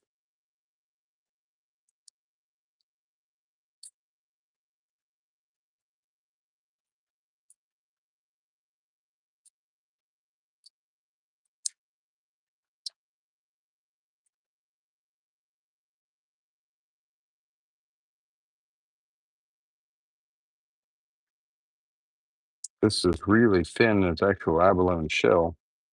It may crack if we're putting it on. I don't know. I've never used it. Hopefully it doesn't. If it does, it may be SOL. I'll have to wait till I find some crushed opal. Yeah, see, it's going to want to crack all the way around there because it's actual shell. Let's see if we can keep it as close together as possible.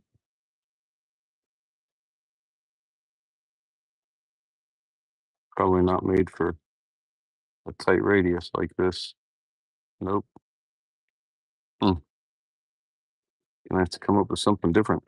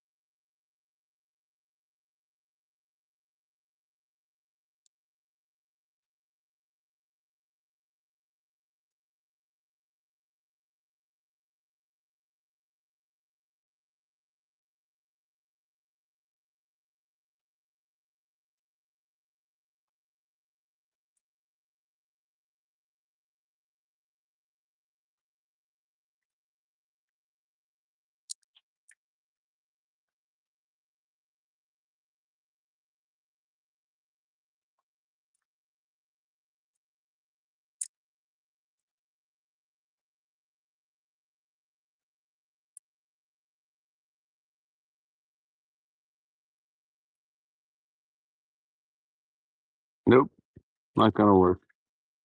Well, it was a good idea, but doesn't work as well as we hoped because it's actual shell. It wants to crack as you put it on.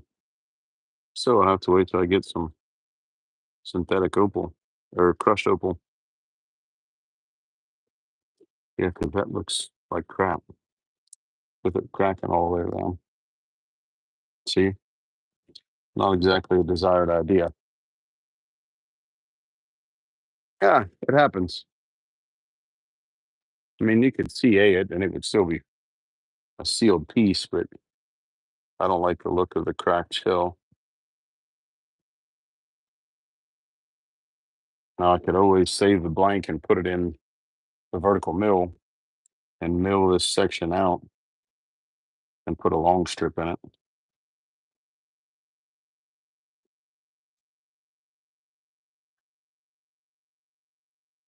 If it would stay down, I'd still finish it, but I don't think it wants to stay down.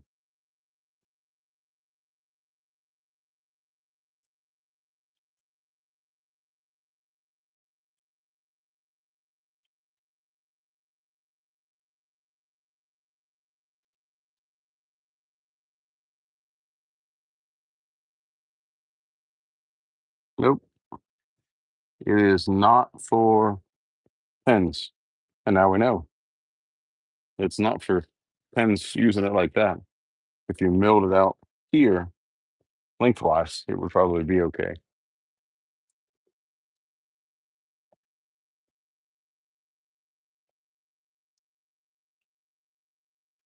Yeah, I'll order some. I think Turner's Warehouse has some that I was looking at. Theirs is really fine.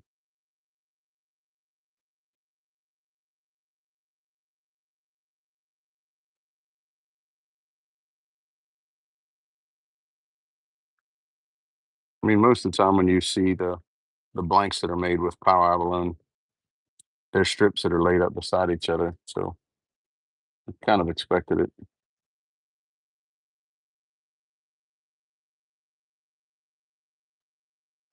Just out of sheer curiosity, it looks like it might lay down enough. I think I'm going to CA finish it anyways, just so that we have an example. Yeah, let's do that. Let's put a CA finish on it anyways.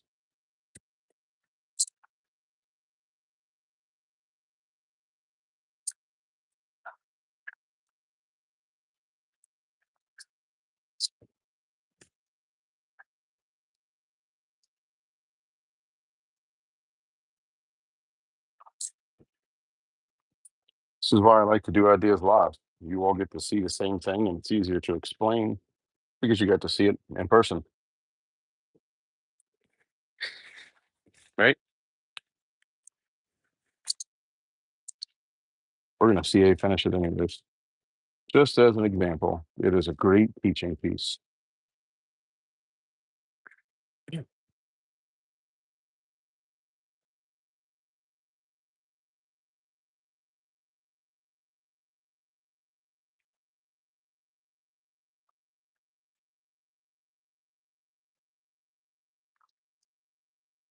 Okay.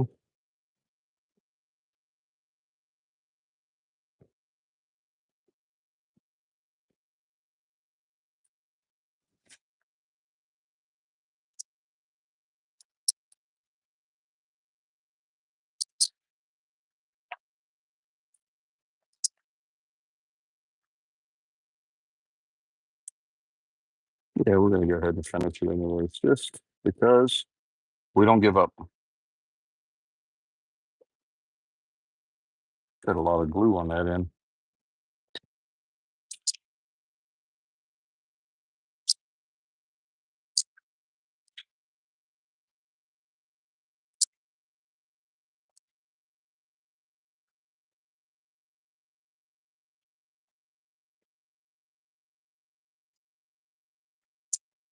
Got some more bushings ordered. I don't know where they went. I don't think they've been delivered yet.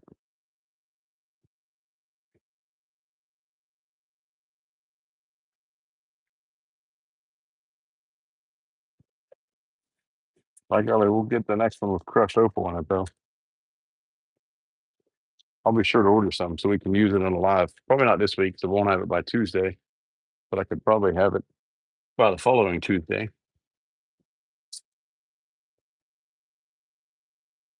I don't think I have any new bushings over here.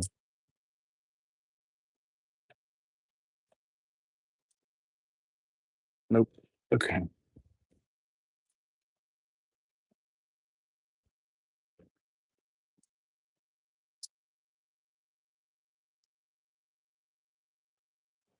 You get a glove because CA is a pain to get off your fingers.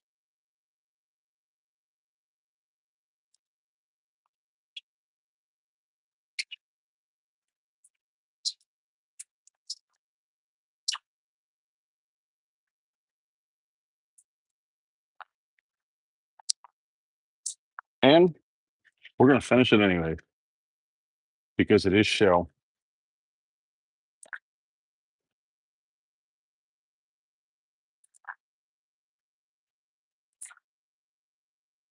I will do this again and put a piece in a vertical mill and make it lengthwise in it. That's not an issue. That will do. Goonies never say die. Amboyna, Steve. No R. Amboyna.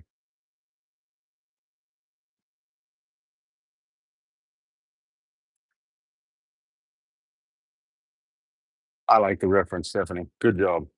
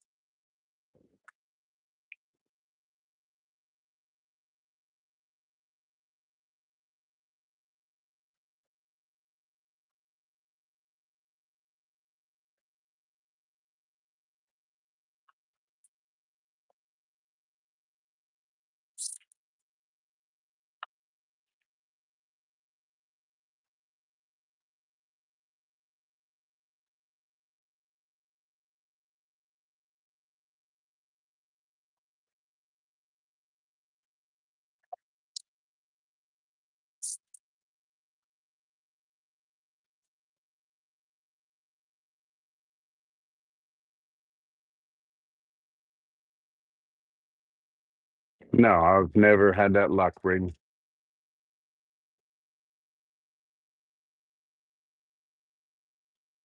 No. The Goonies is a good movie, Steve. Come on.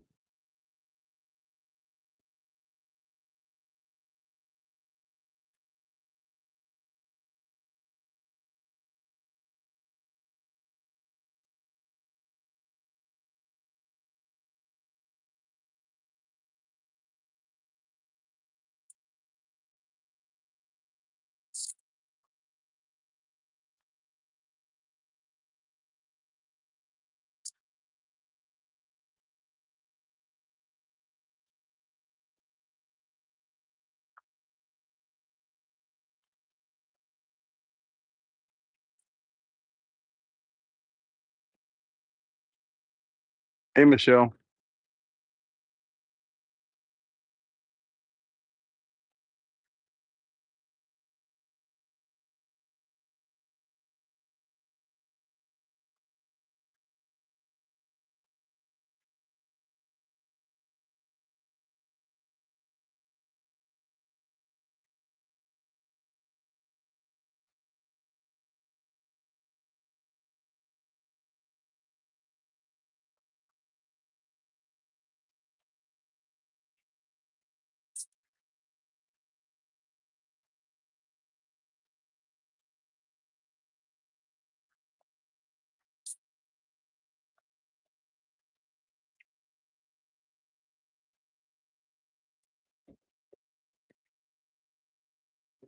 Still a little divot on it.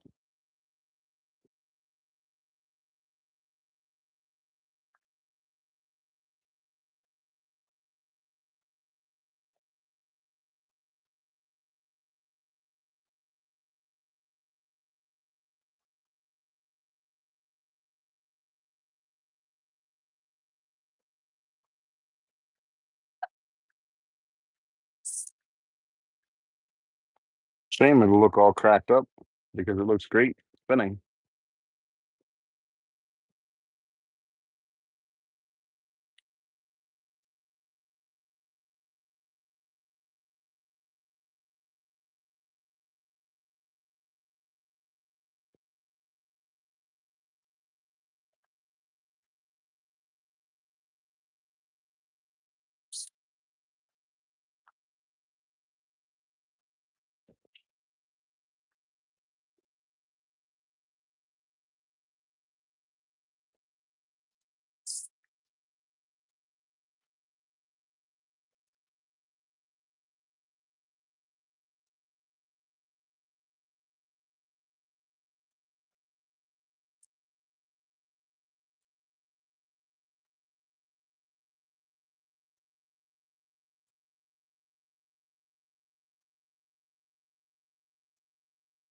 Still just a little divot there.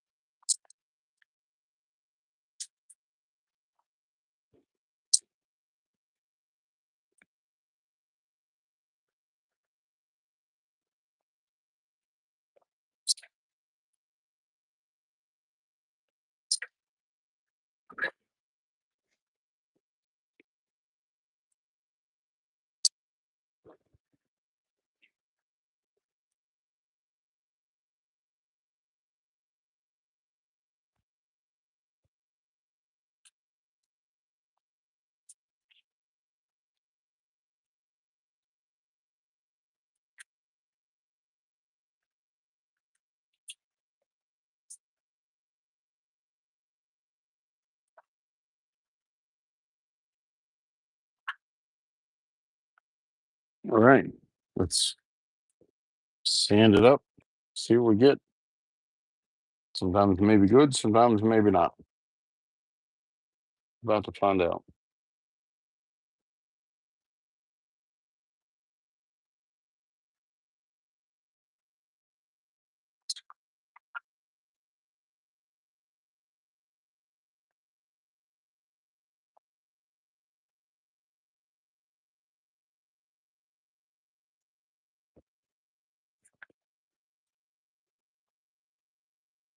Thanks, Linda.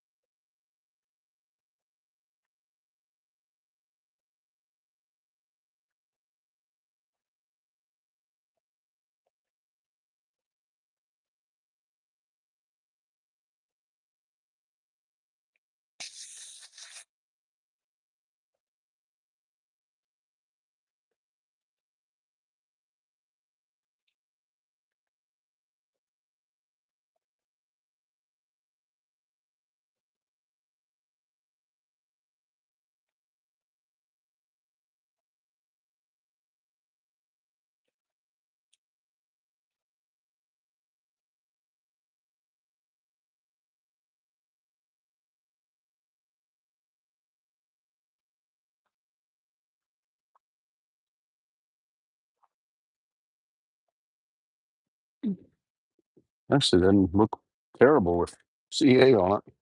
Shocking.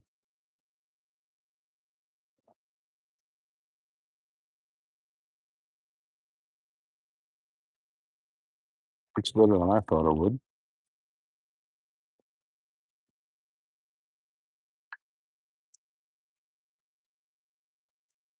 It'll be good for a desk pen. I'll get some crushed opal ordered.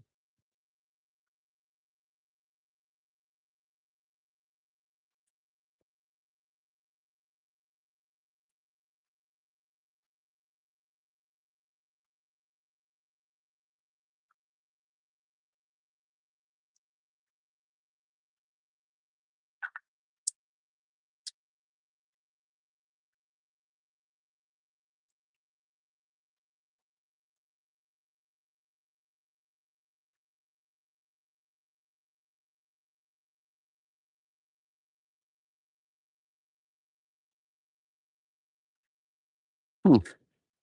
Surprisingly, CA did all right.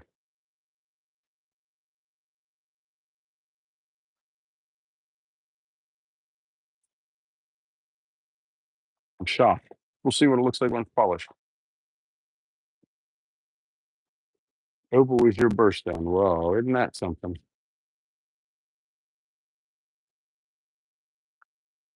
I have a P1P, Brady.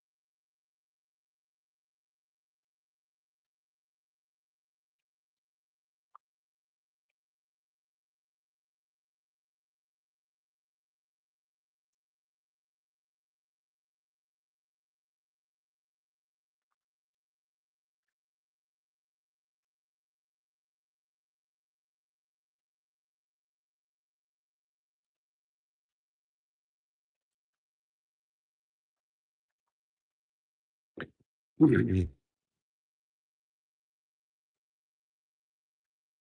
awesome. Good job, Brady.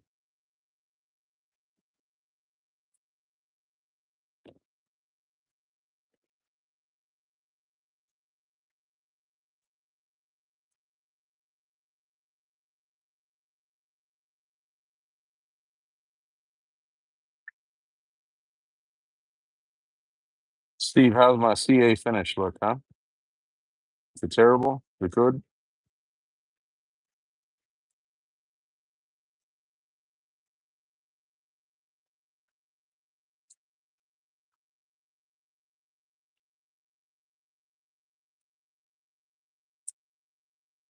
Whew, shockingly, I don't think it turned out horrible.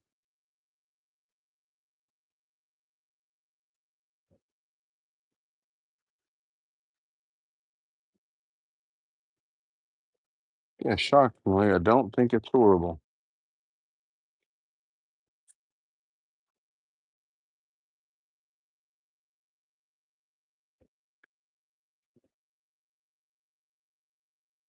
Put some Steve Richman wax on there and see what we get.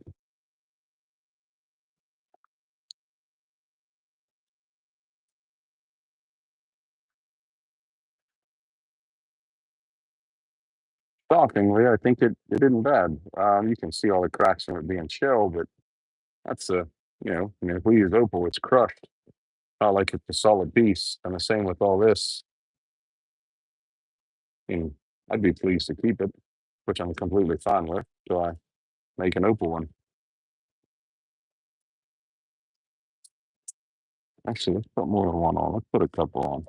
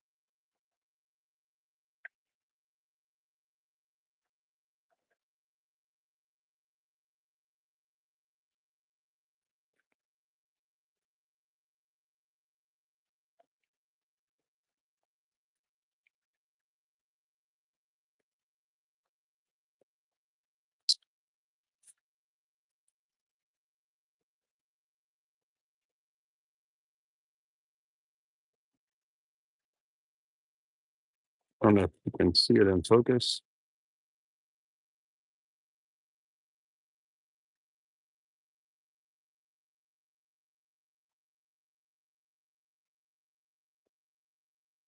The burl itself is beautiful, and the shell isn't terrible.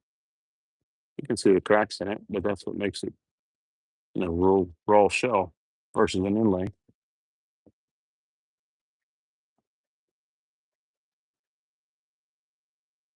With opal,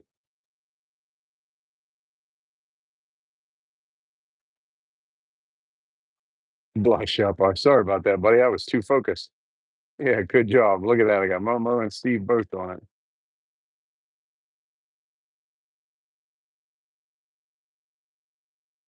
Keep selling pens, Braden, and pay for a printer.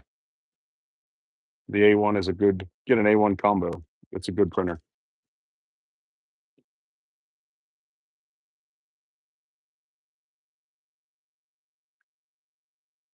Yeah, I'll find some real fine crust opal to put in there.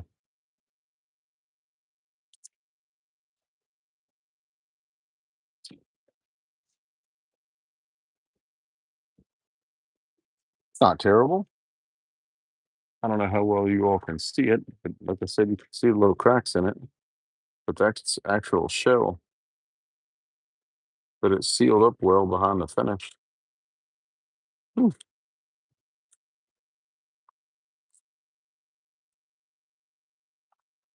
And the finish turned out good.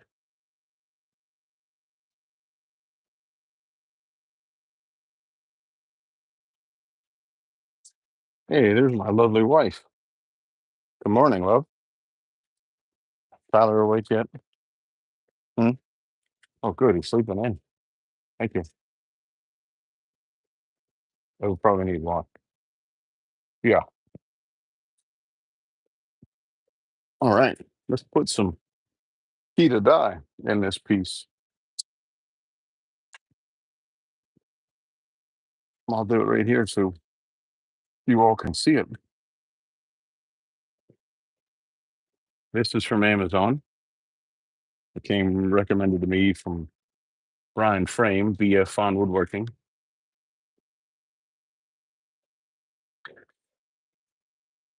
I received a pen from him in the copper burl, and I noticed it wasn't paint on the inside, so I asked him what he used, and this is what he referenced. It is a good, even finish, and it looks nice when it's done. And clean up the top of the bottle there, so we don't end up with it all over us. Okay.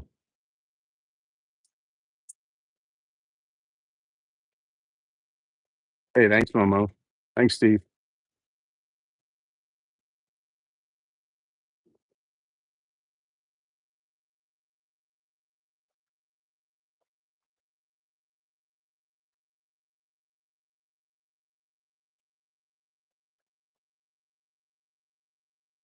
You can see how transparent this blank would be if we didn't do this, because you can see the black coming on from the outside.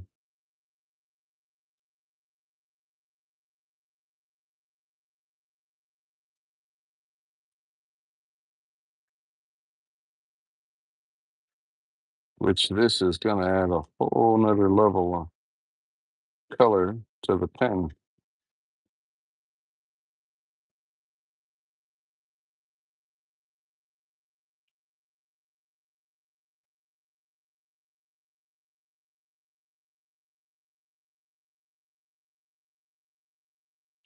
The key is going to be making sure that it's even coated and that it's all coated. I don't want any transparency.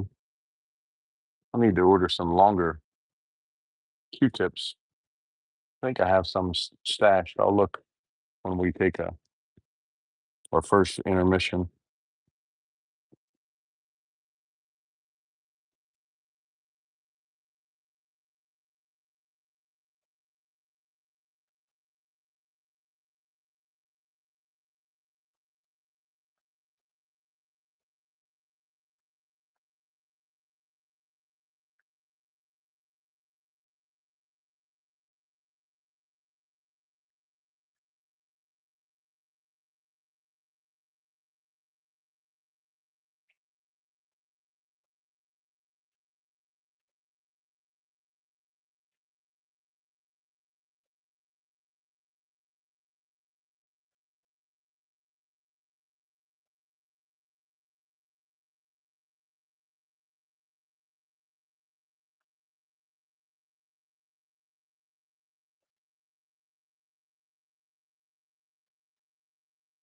Okay, I think we're good.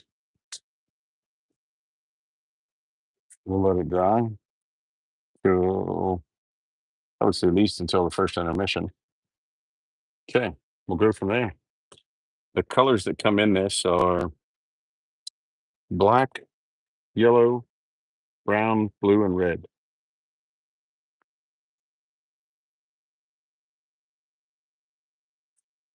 And it does make it black for sure. As you saw yesterday, we have an example of it, and it worked well. We did it to the inside of this pen, and it made it all black inside. And you can see right there on the end where we didn't, you can see the transparency. This made for a very beautiful pen.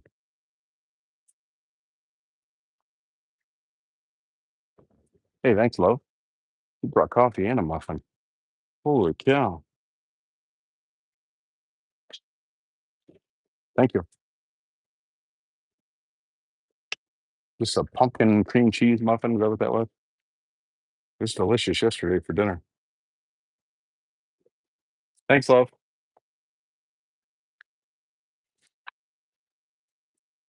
Talk about being spoiled.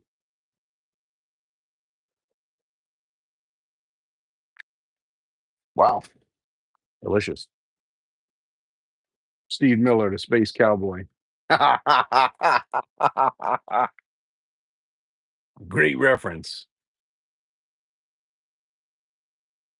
I think I have a whole box, Steve. I just got to remember where I put them. I really need a week's vacation to clean up the shop and organize stuff. Not go on vacation for a week. Just take a week and clean the shop. Maybe I'll do that next weekend, Labor Day.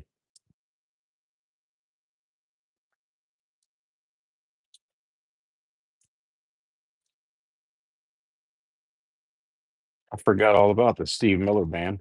That is a good reference.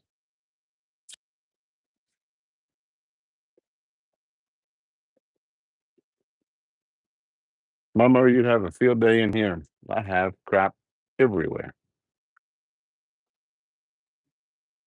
Okay,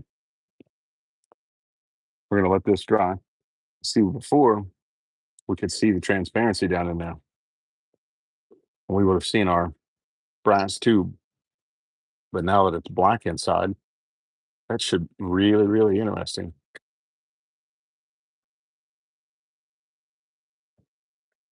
Great reference. I totally forgot about that.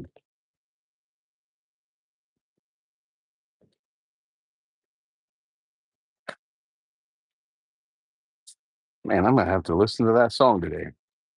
It'll be stuck in my head. Okay, I have a couple of Zens we can turn, and I have an Apollo to turn as well. Joan, this is one of your Apollos.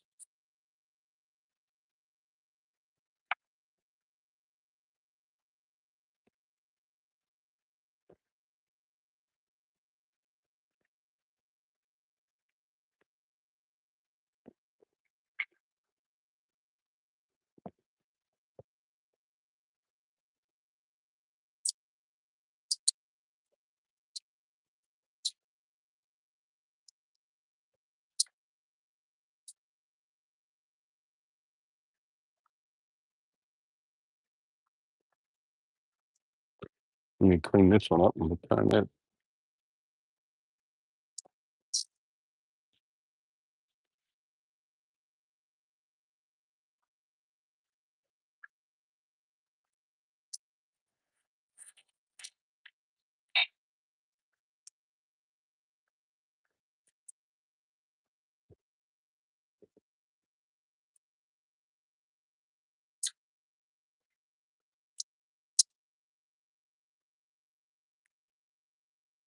Piece of violet abalone.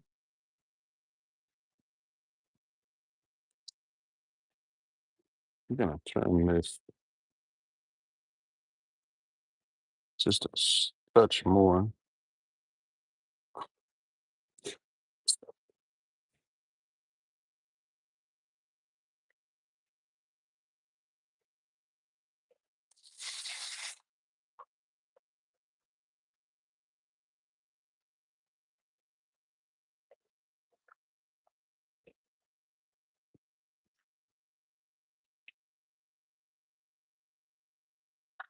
Okay.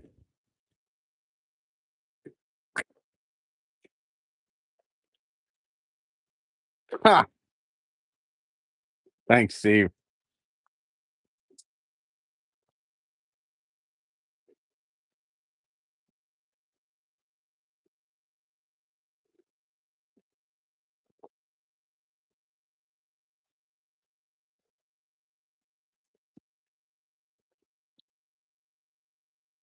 Man, that's good coffee. Hmm.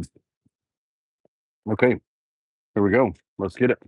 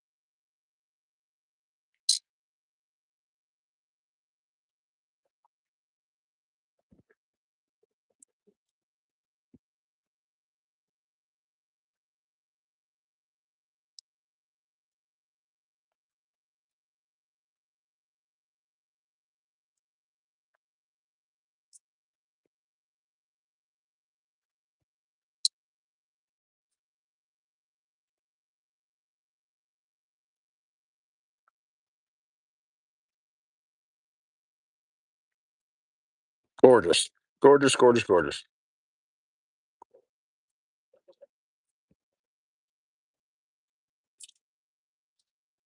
Absolutely gorgeous.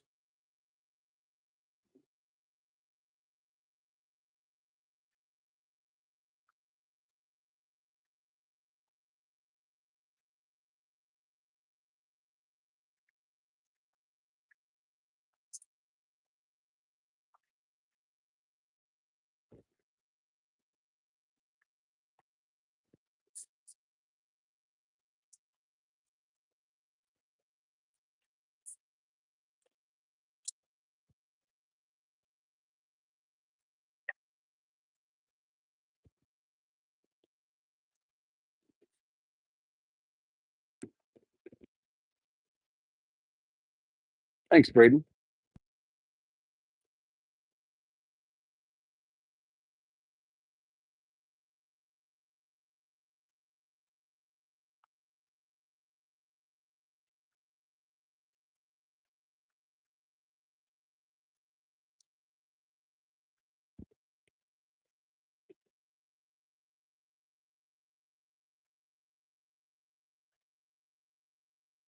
We'll speed buffer this down to get it close, and then we'll turn the speed down just a little bit, well, a lot, and we'll make sure it's smooth. But it's going to knock off all the high stuff first.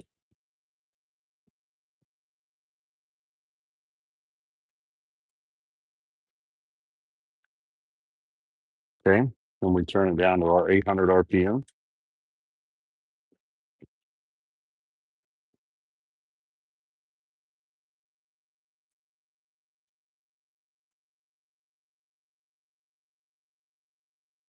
and we take out any tool marks, anything like that.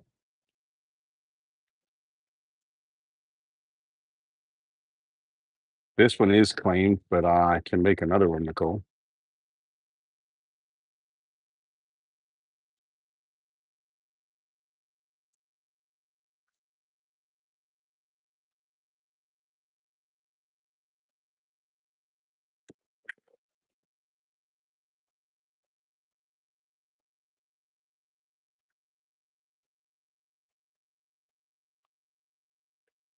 Great job, Stephanie. Thank you for the compliment.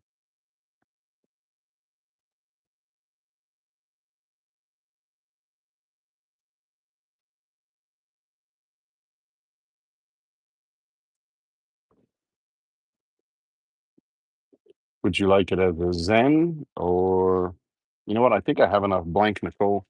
We could probably make a fountain pen because I have just a little, actually, I have a piece of that exact same blank.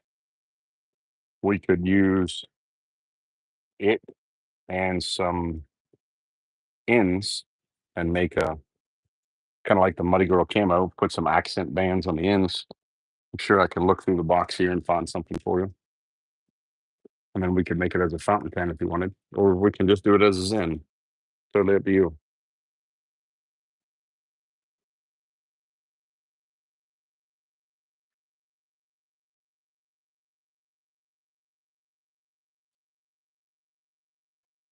If you want just a Zen, we actually have a couple of Zen fountain pen kits too. Or we can do it as an Artemis Zen or Artemis fountain pen. It's totally up to you.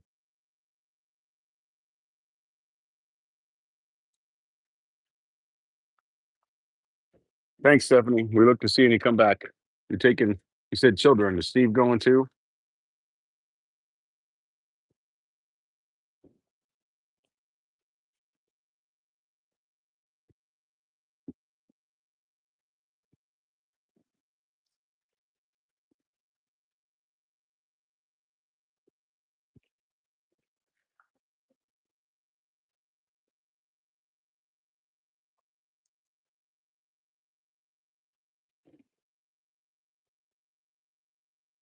Steve is your oldest.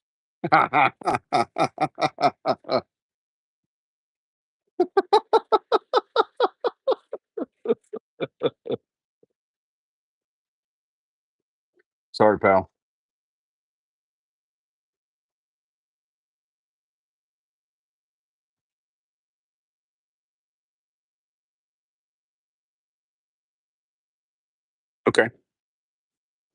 Honestly, once you switch to a fountain pen, it is hard to go back. You will find that you will use the fountain pen for everything. So much smoother, so many choices of ink.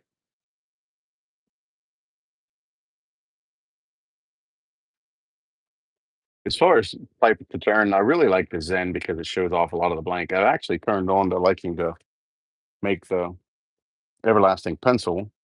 And then I recently got some kits that are for a click pen with black hardware that I've been itching to try. We could make a couple of those today.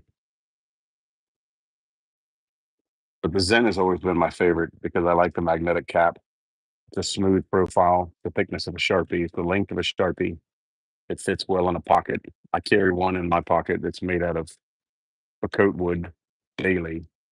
Been in my pocket for 4 years.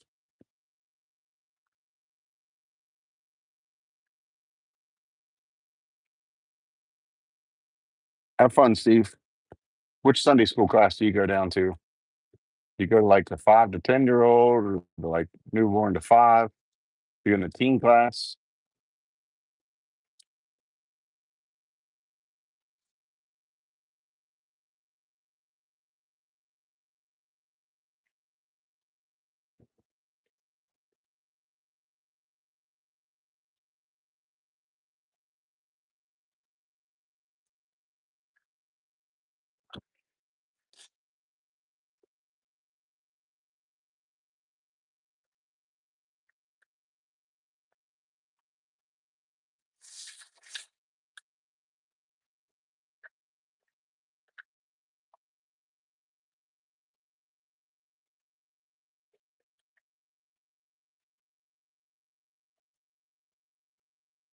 It's got a piece of dust in it.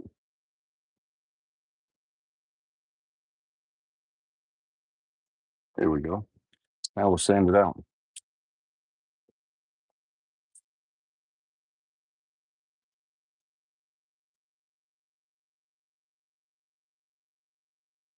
Yes, I agree, Nicole.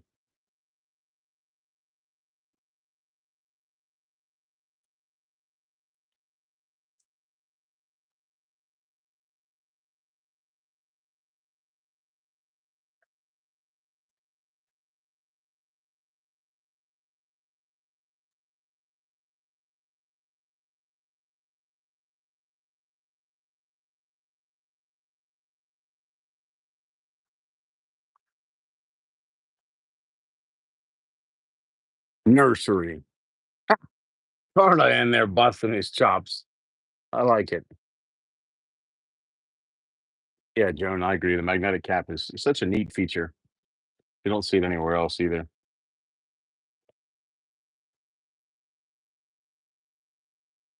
Although if I start turning some kitless pens, I think that's going to be something I have some very wild ideas for.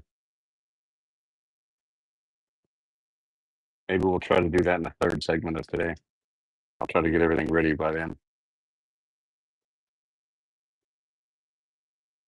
It doesn't burn the church when it. Good Lord, the comments in this section.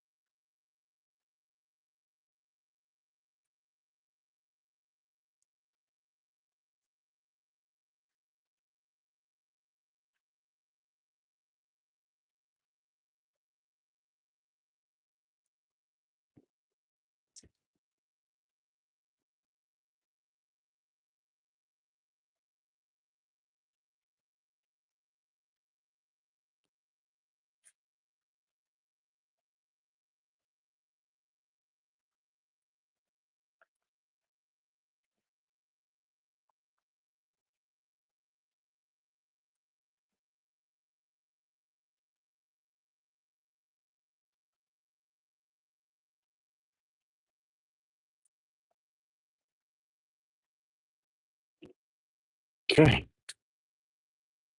Some wax.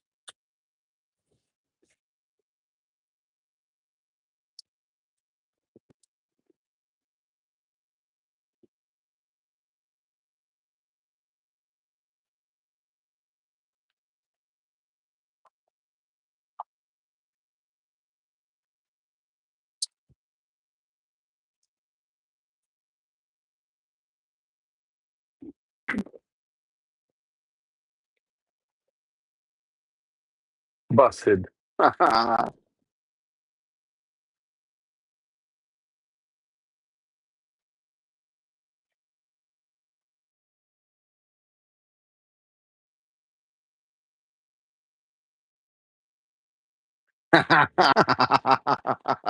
Hey, thanks, Momo. Let's let that blush up.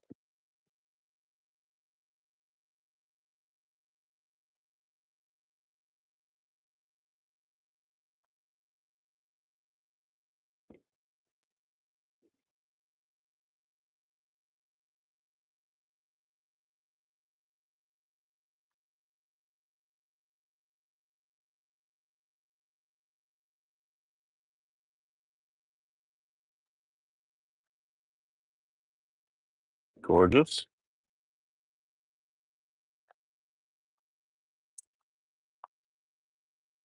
Looky there. Afternoon shift coming. More muffins. Thanks, buddy.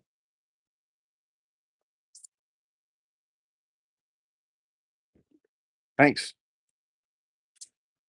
You all right? Okay.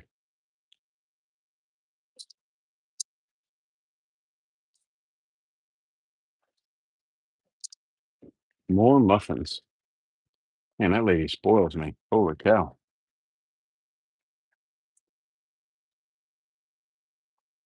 Thank you. Thank you all very much.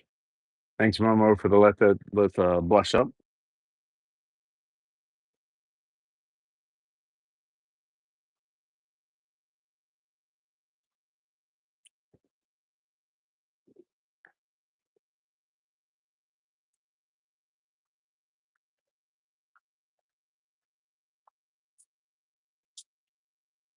Nicole, what's your thoughts on that blank? We can still do it as a roller ball. It doesn't have to be a fountain pen. But if we do it as an Apollo, what's your thoughts on something like this as an accent color? No? Or we can do it as a Zen, straight Zen.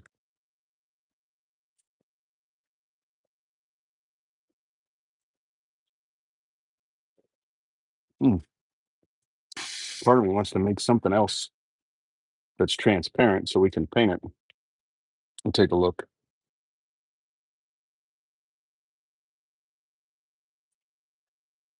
Let's make one of these into a Zen, and we'll make the other piece into whatever's left. We'll make into a writing pen or a diamond pen.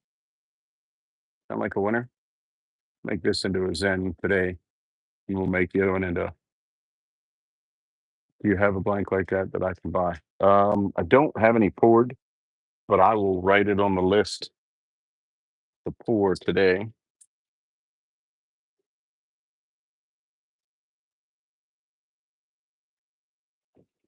Somewhere here, I've got a click pen. There it is.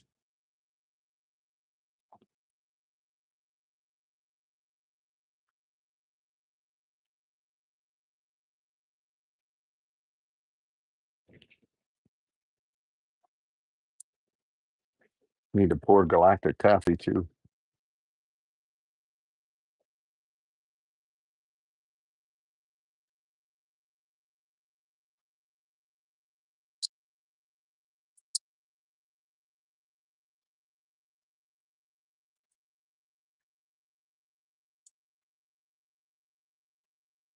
The one we're going to pour is violet abalone and galactic taffy.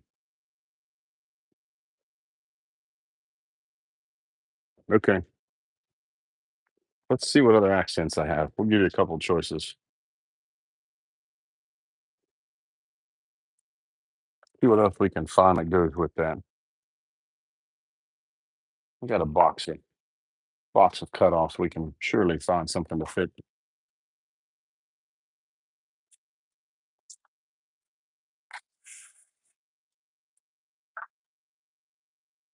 We could go with these.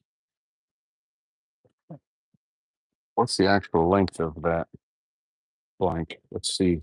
That'll determine what we go with.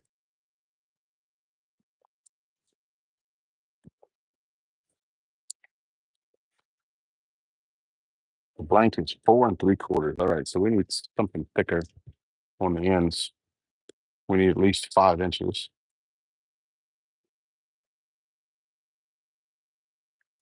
Yeah, let's see what else we have in here. For those of you that turn, this is why we save our cutoffs.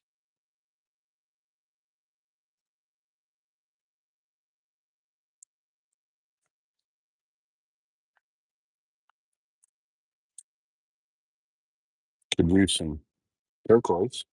What's your thoughts, Nicole? Oh, Linda, I have Halloween poured. It's over in the shop.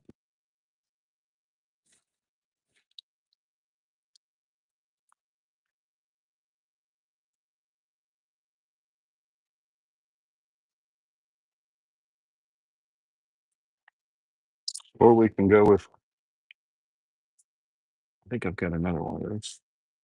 A piece of this. It would be fun for sure.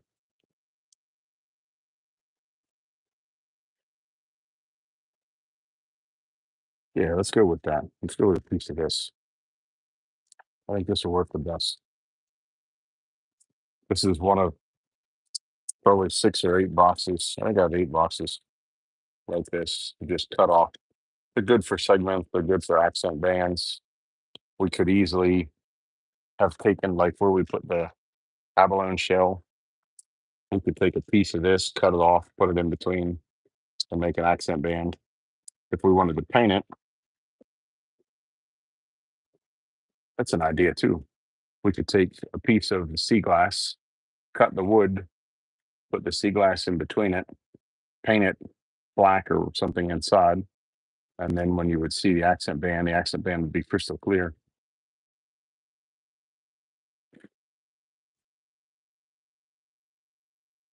Good idea, Braden. You want to go this way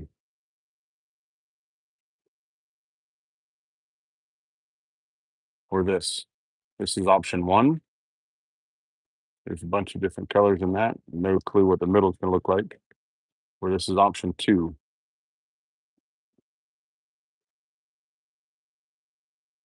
It's like being at the eye doctor. 1 or 2? 1. All right. We do have a little section of Momo pool.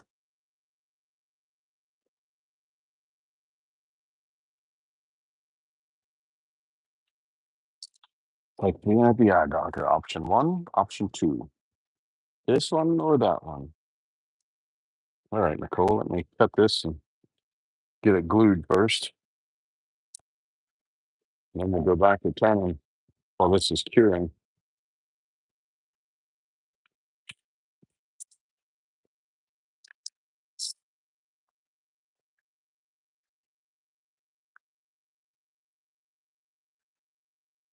Okay.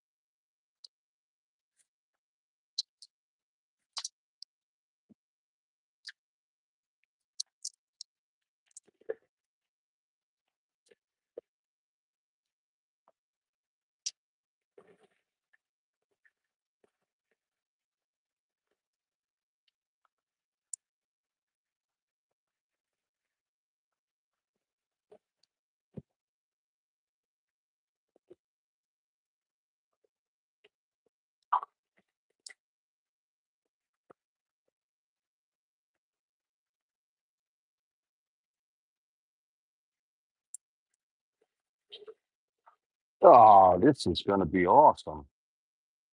Yeah, this will work well. I put two good pieces there. Let's see. Let me clean this up a little bit.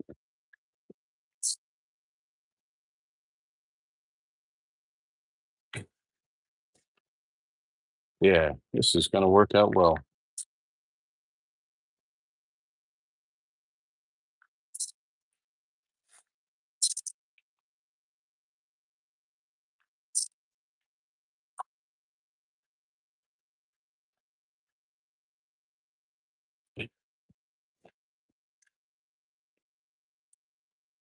Okay.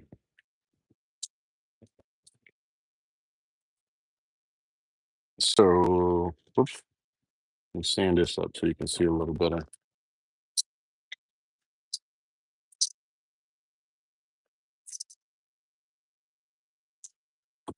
Okay, this is going to be exciting. All right, we ready? Clean the ends.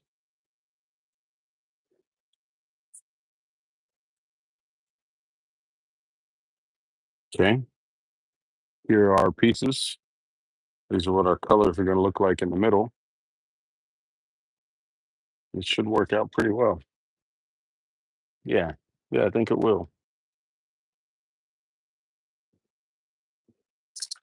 I think it'll work out very well.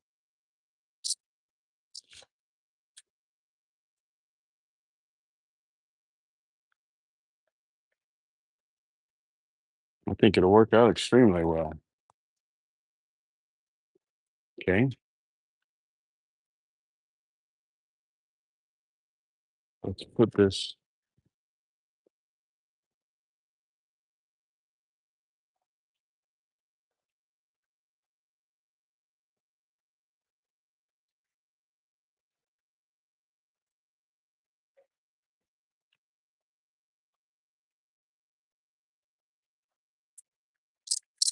Set up here so we can glue our blank.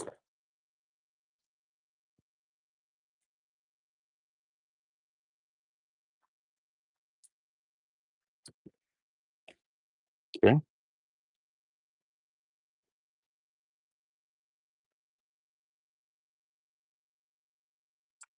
Hmm.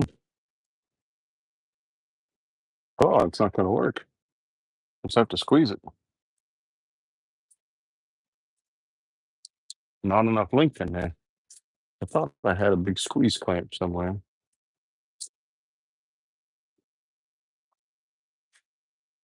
If we can squeeze it tight enough, it'll work.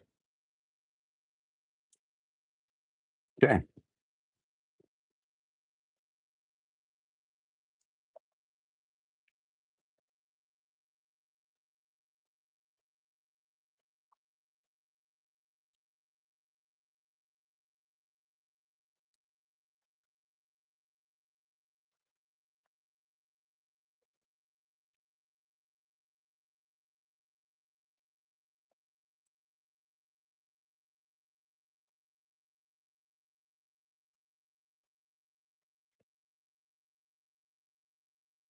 Try to get it as centered as possible.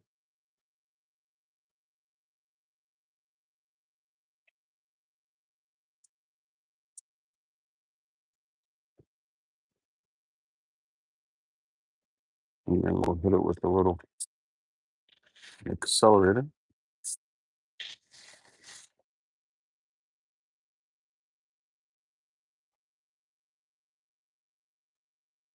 Okay.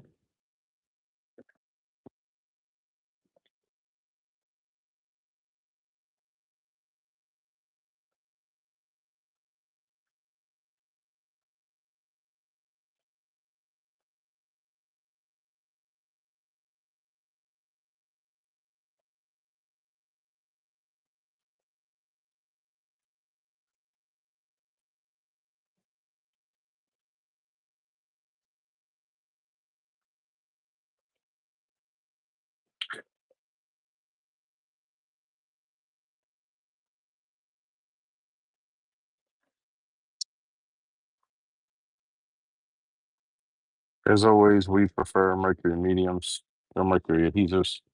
This is medium flex CA.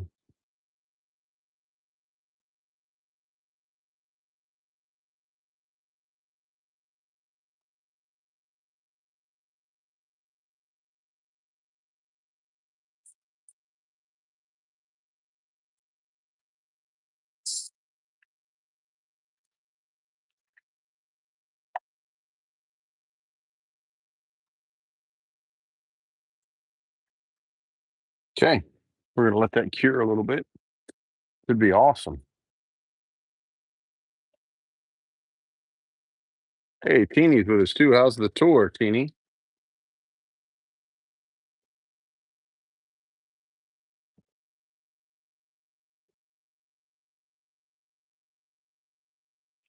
The smaller blanks.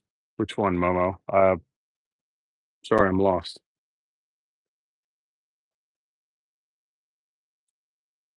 Option 2, that was a lighthouse blank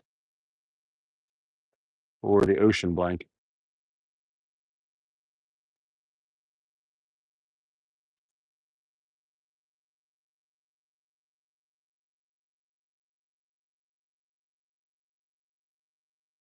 Your liver is tired. That's hilarious. Let me go ahead and cleaning into this up just a little bit.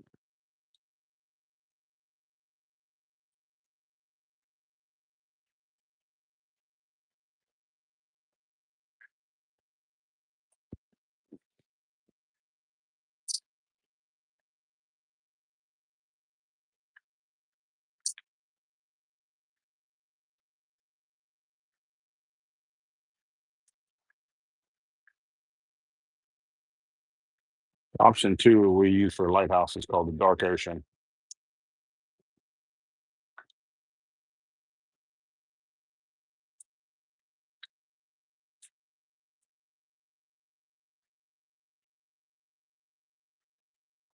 I don't have a name for it, Momo.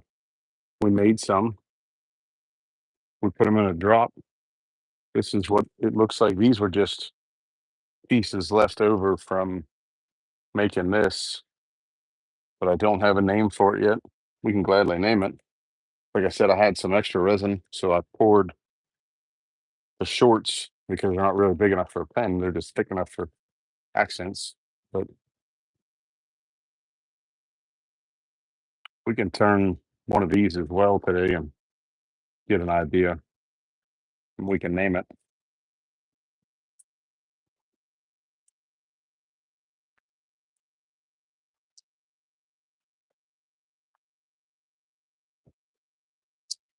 It's got a lot of accent colors. I think my daughter had thought about Prismatic Parade, which would be a good name for it. It's got a lot of prismatic color. What this give us for an overall? Just over 6 inches. Man, that's going to be killer, Nicole. Great. Let's let it cure.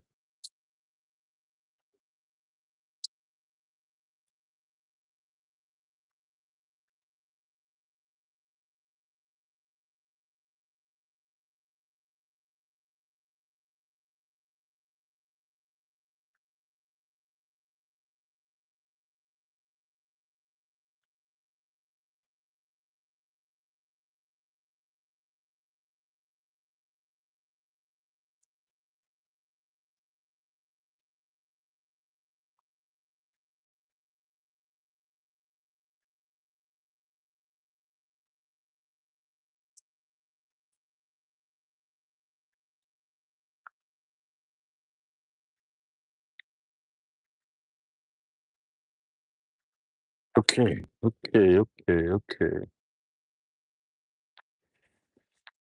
What were we going to turn next? We had an Apollo to turn, or we can turn a diamond pen. What time is it? Let's turn a diamond pen.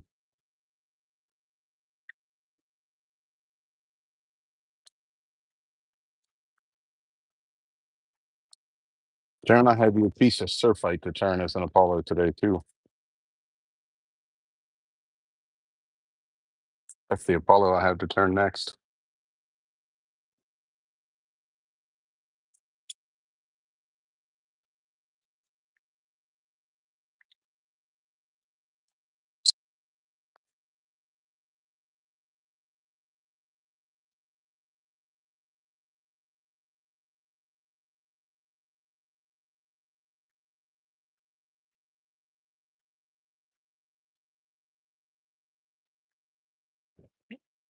We're going to turn the purple one. So let's turn this one.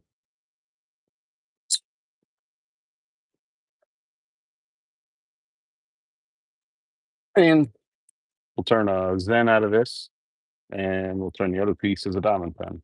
Could give us a shorty like 4 3/4 as a diamond pen.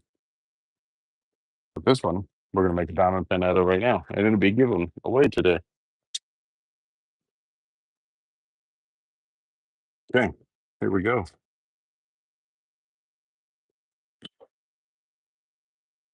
Rainbow bright, yeah, something like that. I think when you see it turned, it'll have a really neat effect. But like I said, Jade wanted to call it prismatic parade, and rightfully so. You like shorties?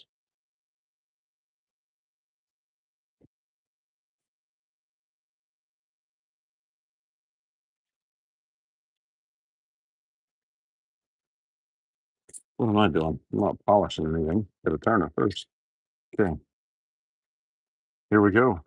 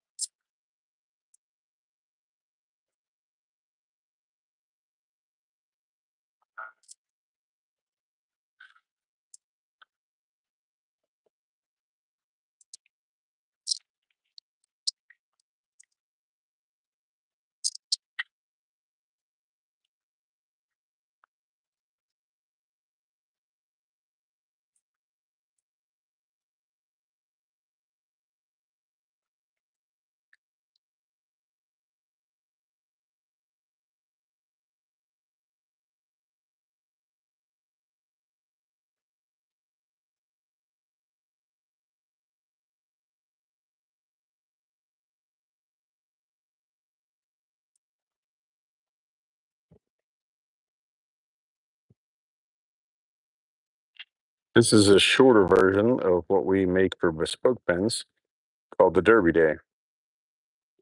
This is a shorter version of it. This is the diamond pen length of the Derby Day.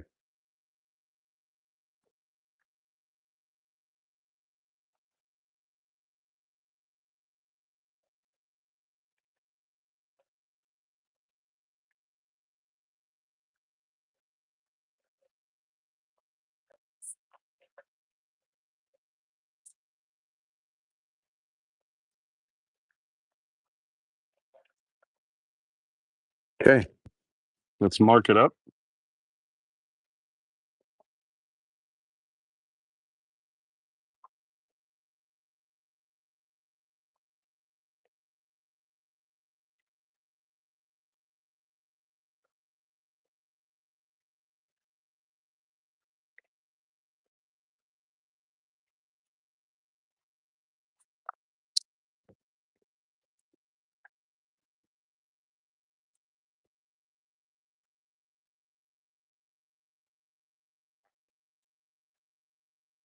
Uh, the marks were long enough.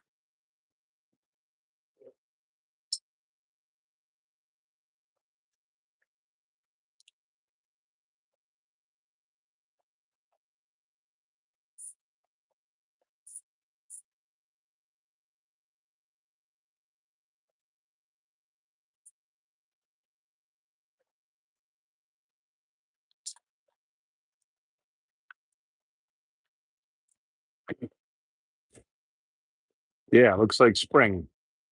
We call it Derby Day.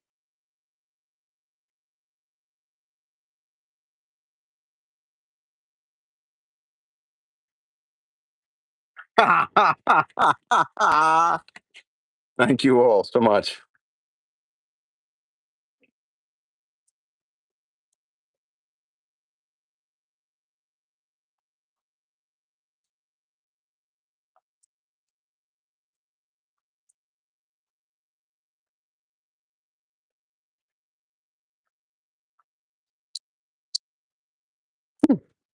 The lathe doesn't want to go in reverse there or go forwards.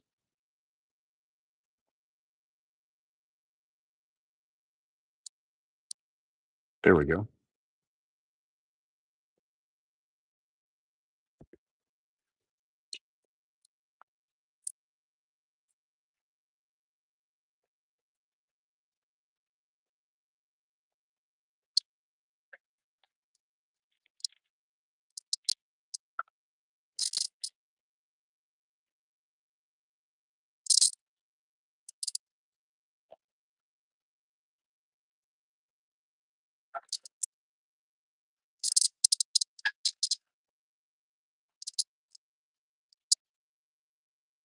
Joe's address is the same as Nicole's, huh?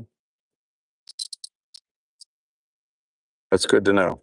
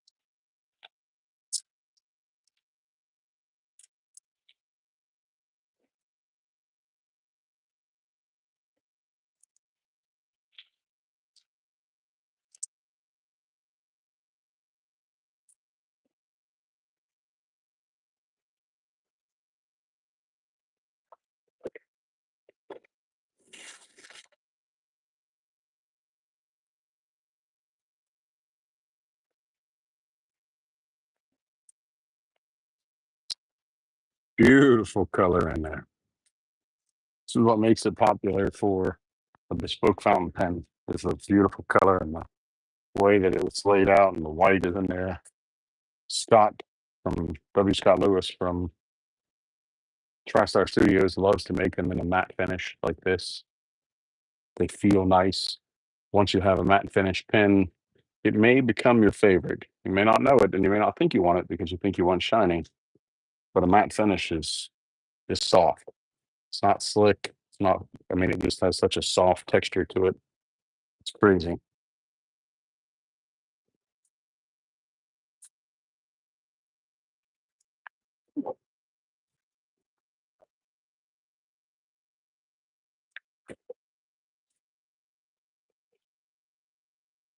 Yes, it was. Thanks, Braden. I truly think I want to make this one a matte. So whoever wins it, give us their feedback.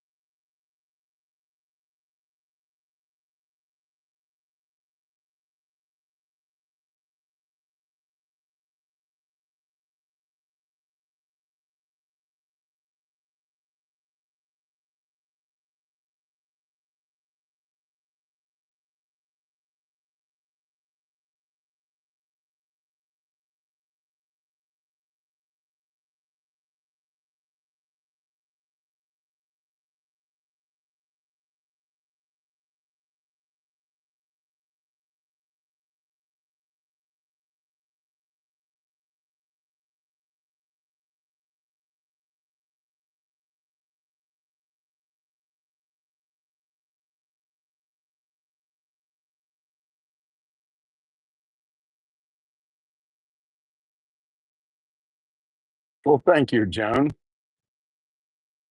Thanks for being the guinea pig. Hopefully it works out that you win it. We'll see.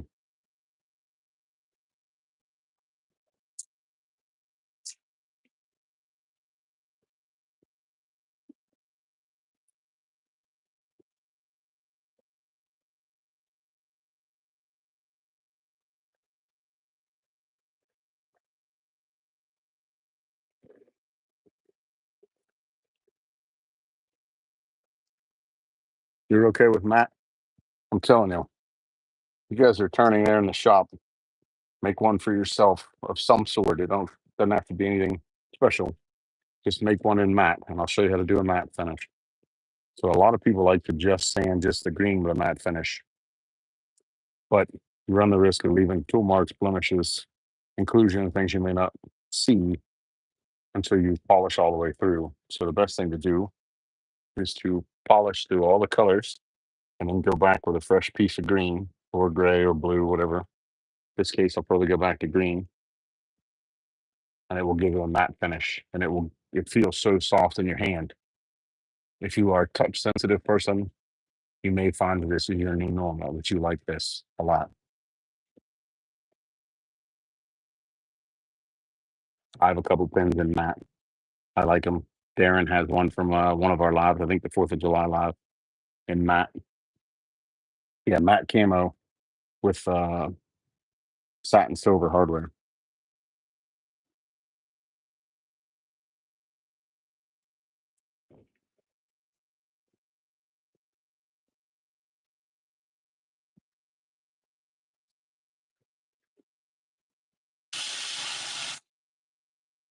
Should have done.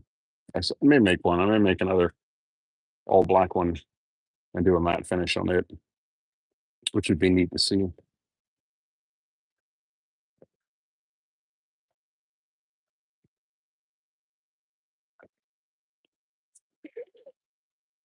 Something that's polished has a super smooth texture, which is shiny. But when you do a matte finish, it feels totally different. Um, your shiny finish will not. It'll feel slick and smooth, but it will not feel soft. The way that the matte feels against your texture of your skin will have a very soft feel. It's really hard to describe.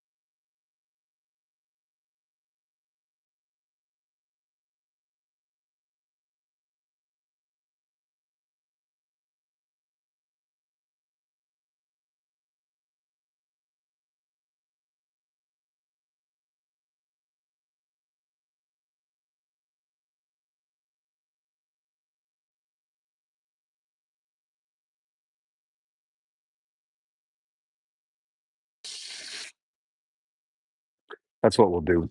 I'll only polish. I'll polish it all, and then I'll only do a matte finish on half, so that whoever wins it.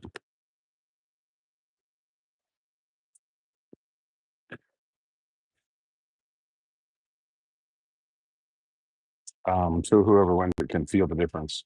It'll be the same 10, one in matte, one in finish, or one in polished. All we ask is that you give us feedback on it for the group.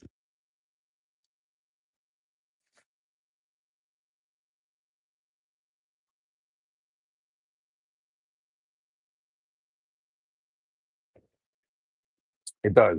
That's a good word to use, is an organic feel.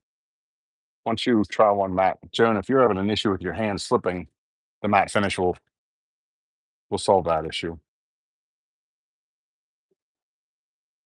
Like I said, what I'll do is make this half matte and leave this half polished. and therefore whoever wins it can give us live feedback. It's a beautiful pattern. The colors lay out well. Like I said, Scott Lewis has made a few of them, and a bespoke fountain pen. We have named this one the Derby Day. You know, the pastel colors you used to see when you went to the Kentucky Derby, or you will see still when you go to the Kentucky Derby, like the color of the jockeys.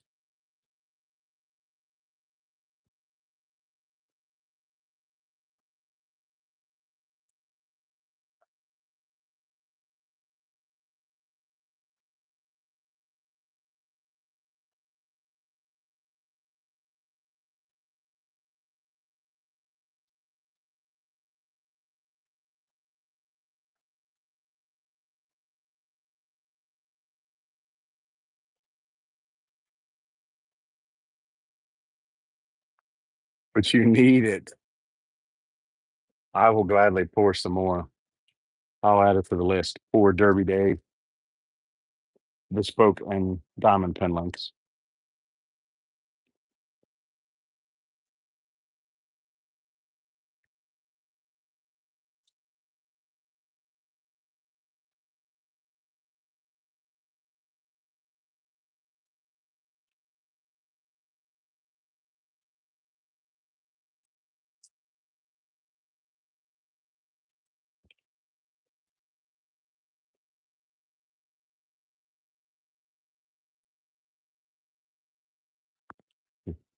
You could always ask, or if you try one, or if you want to try one, you could always ask. If you don't win your diamond pen maker to do a matte finish. See what you think.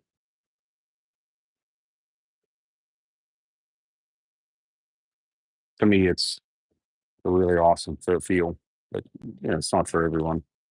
A lot of people like shining. You can get past the shiny part, or not having to have shiny. It is different, and it's definitely different to use.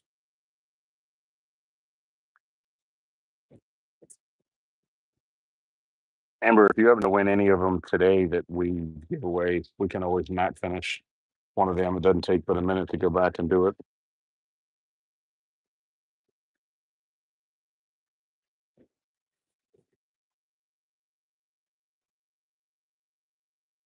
You probably do, Nicole.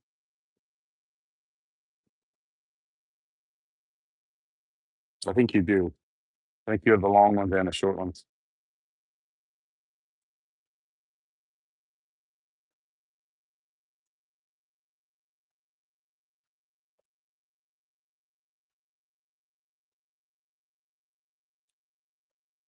Okay.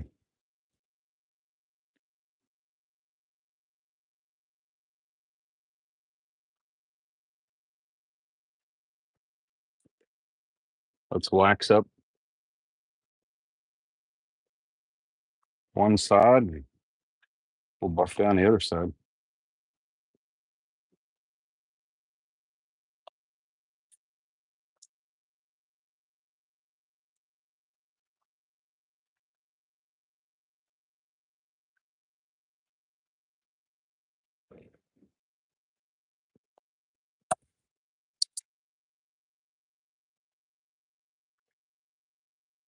Let's let that blush up.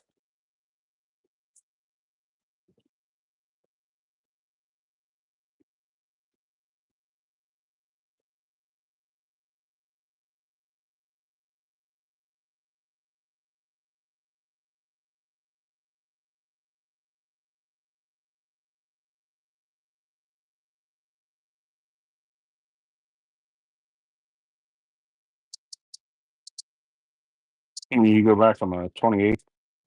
So if I ship some stuff out tomorrow, it should get to you before you leave.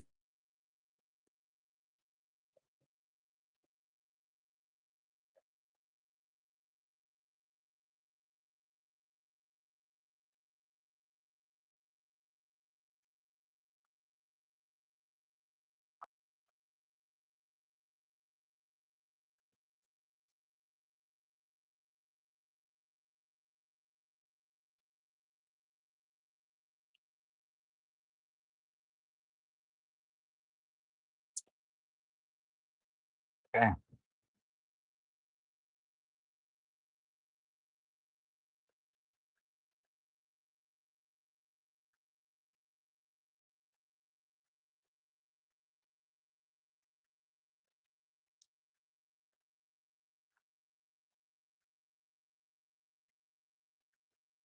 Looks gorgeous.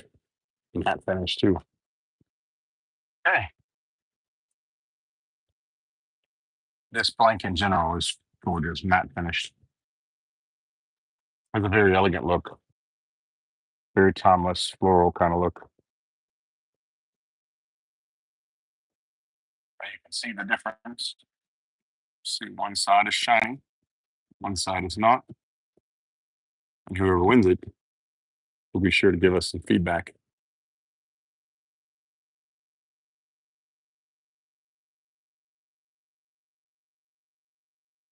Don't get me wrong, it's gorgeous, polished, but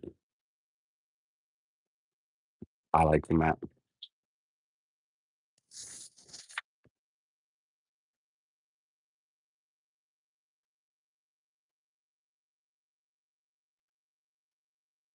Correct. The matte has a nice sheen to it. It's not overly glossy, and it does so. Whoever wins it, I'm sure we'll see. There's so much more depth in the matte finish.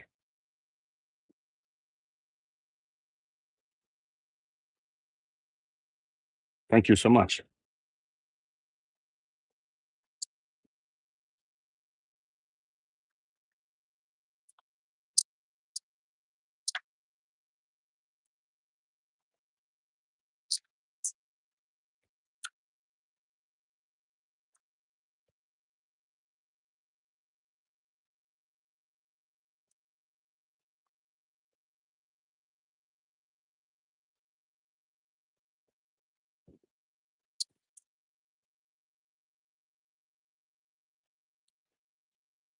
Okay, let's see. Where is? Let's see if our dye is dry. Hey, look at that. It is.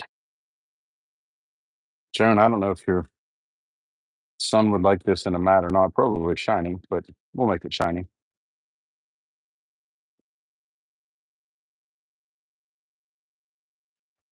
Yeah, I haven't seen anything from Glenn either. I wonder what happened. Is he on there?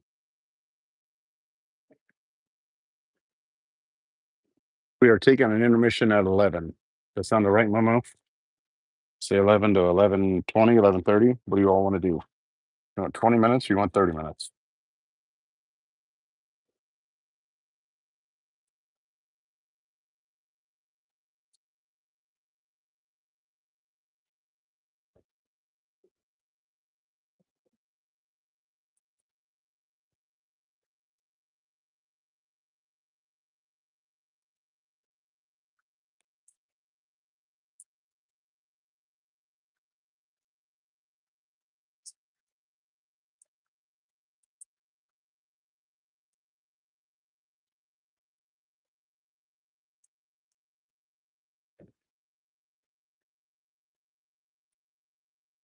Huh.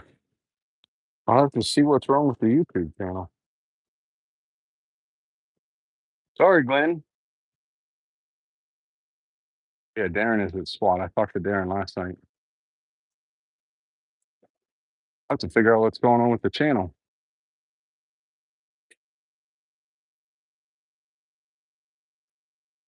Okay.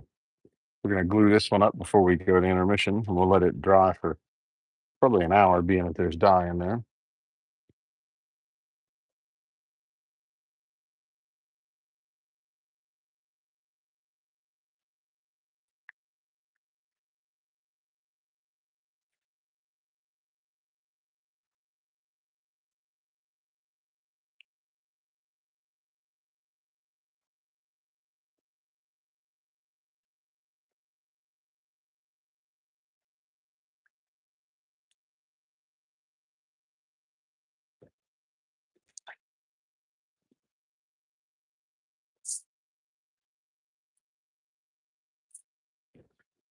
Okay.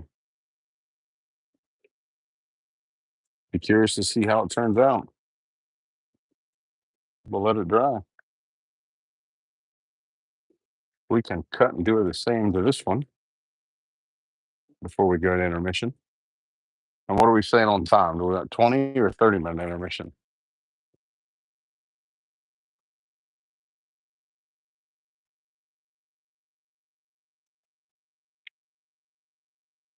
Yes, we are going to take an intermission at 11 o'clock. Well, in 8 minutes. Do we want a 20-minute intermission or a 30-minute intermission?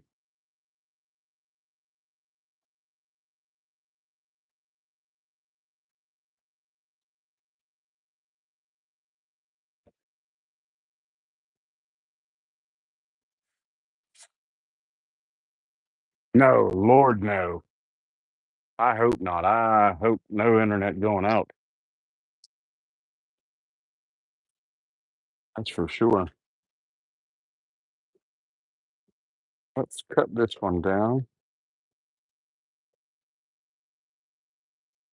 and find a blank for it or a tooth for it.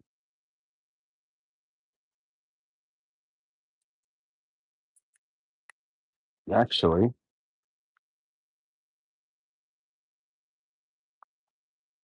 let's make this one of those click pins.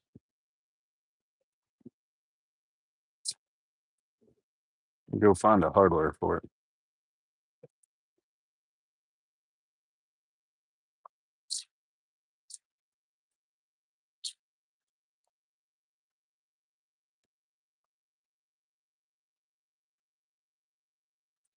A swift click. Yeah, I have to find the bushings for it too, but I can find them during the intermission. Let's make this a swift click.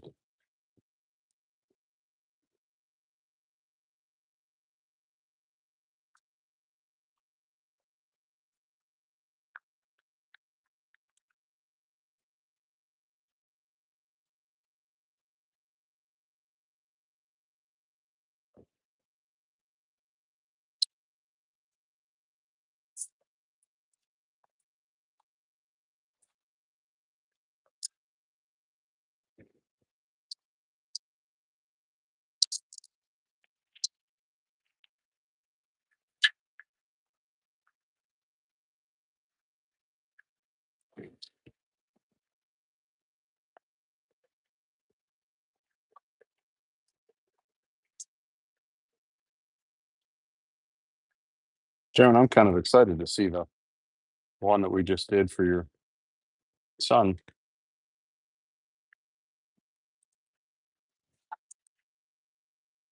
Yeah, 20 minutes sounds great.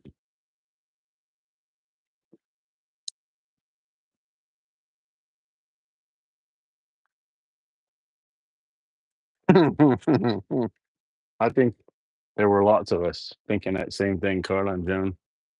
Lord, I hope not.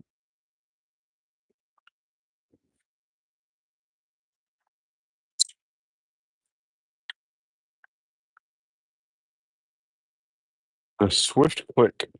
Wonder what size tube this is. Unfortunately, the only person that's made it is Darren, so we'll have to measure it.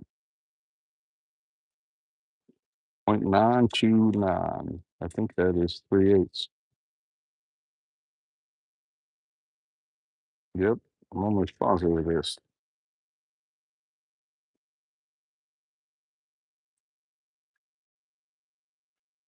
Yep, 3/8. I will look it up though real fast.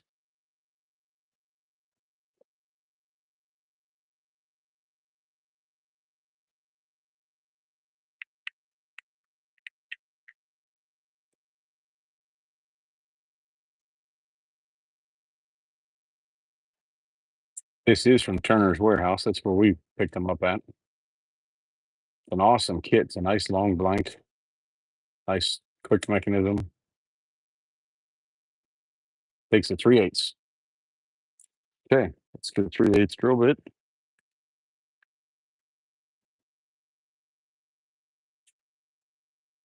Looks like at the end of the fluting.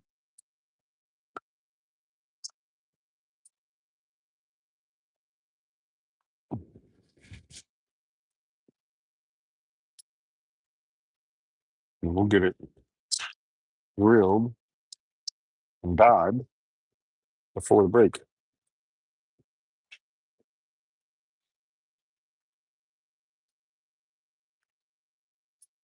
This is a 3/8. Yep.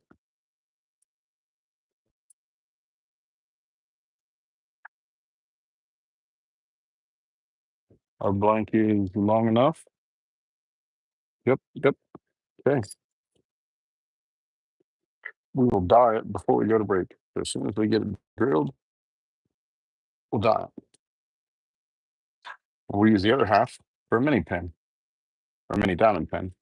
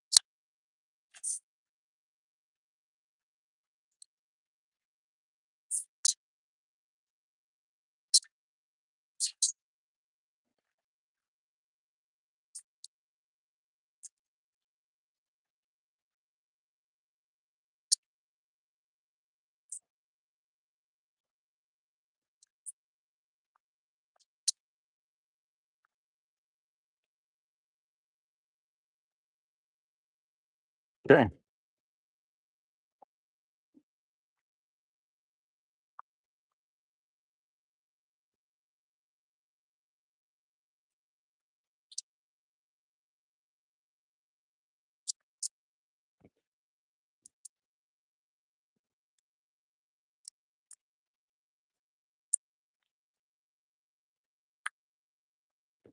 And either dye, cut a dye, however you say it.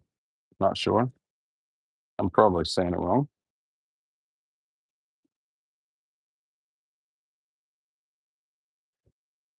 Couple Q-tips.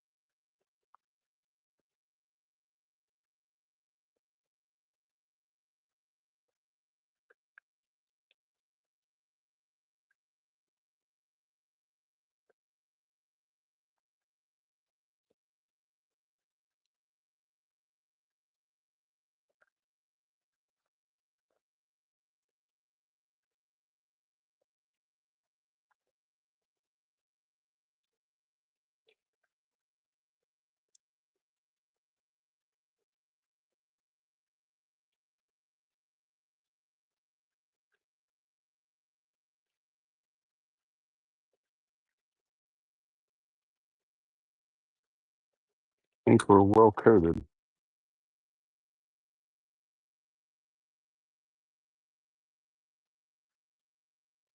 And I'll find the longer Q-tips on break.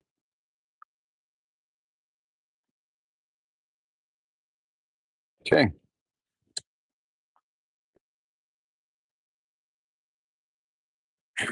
Here we go. We'll see you back at 11:23. All right. Thanks. See you then.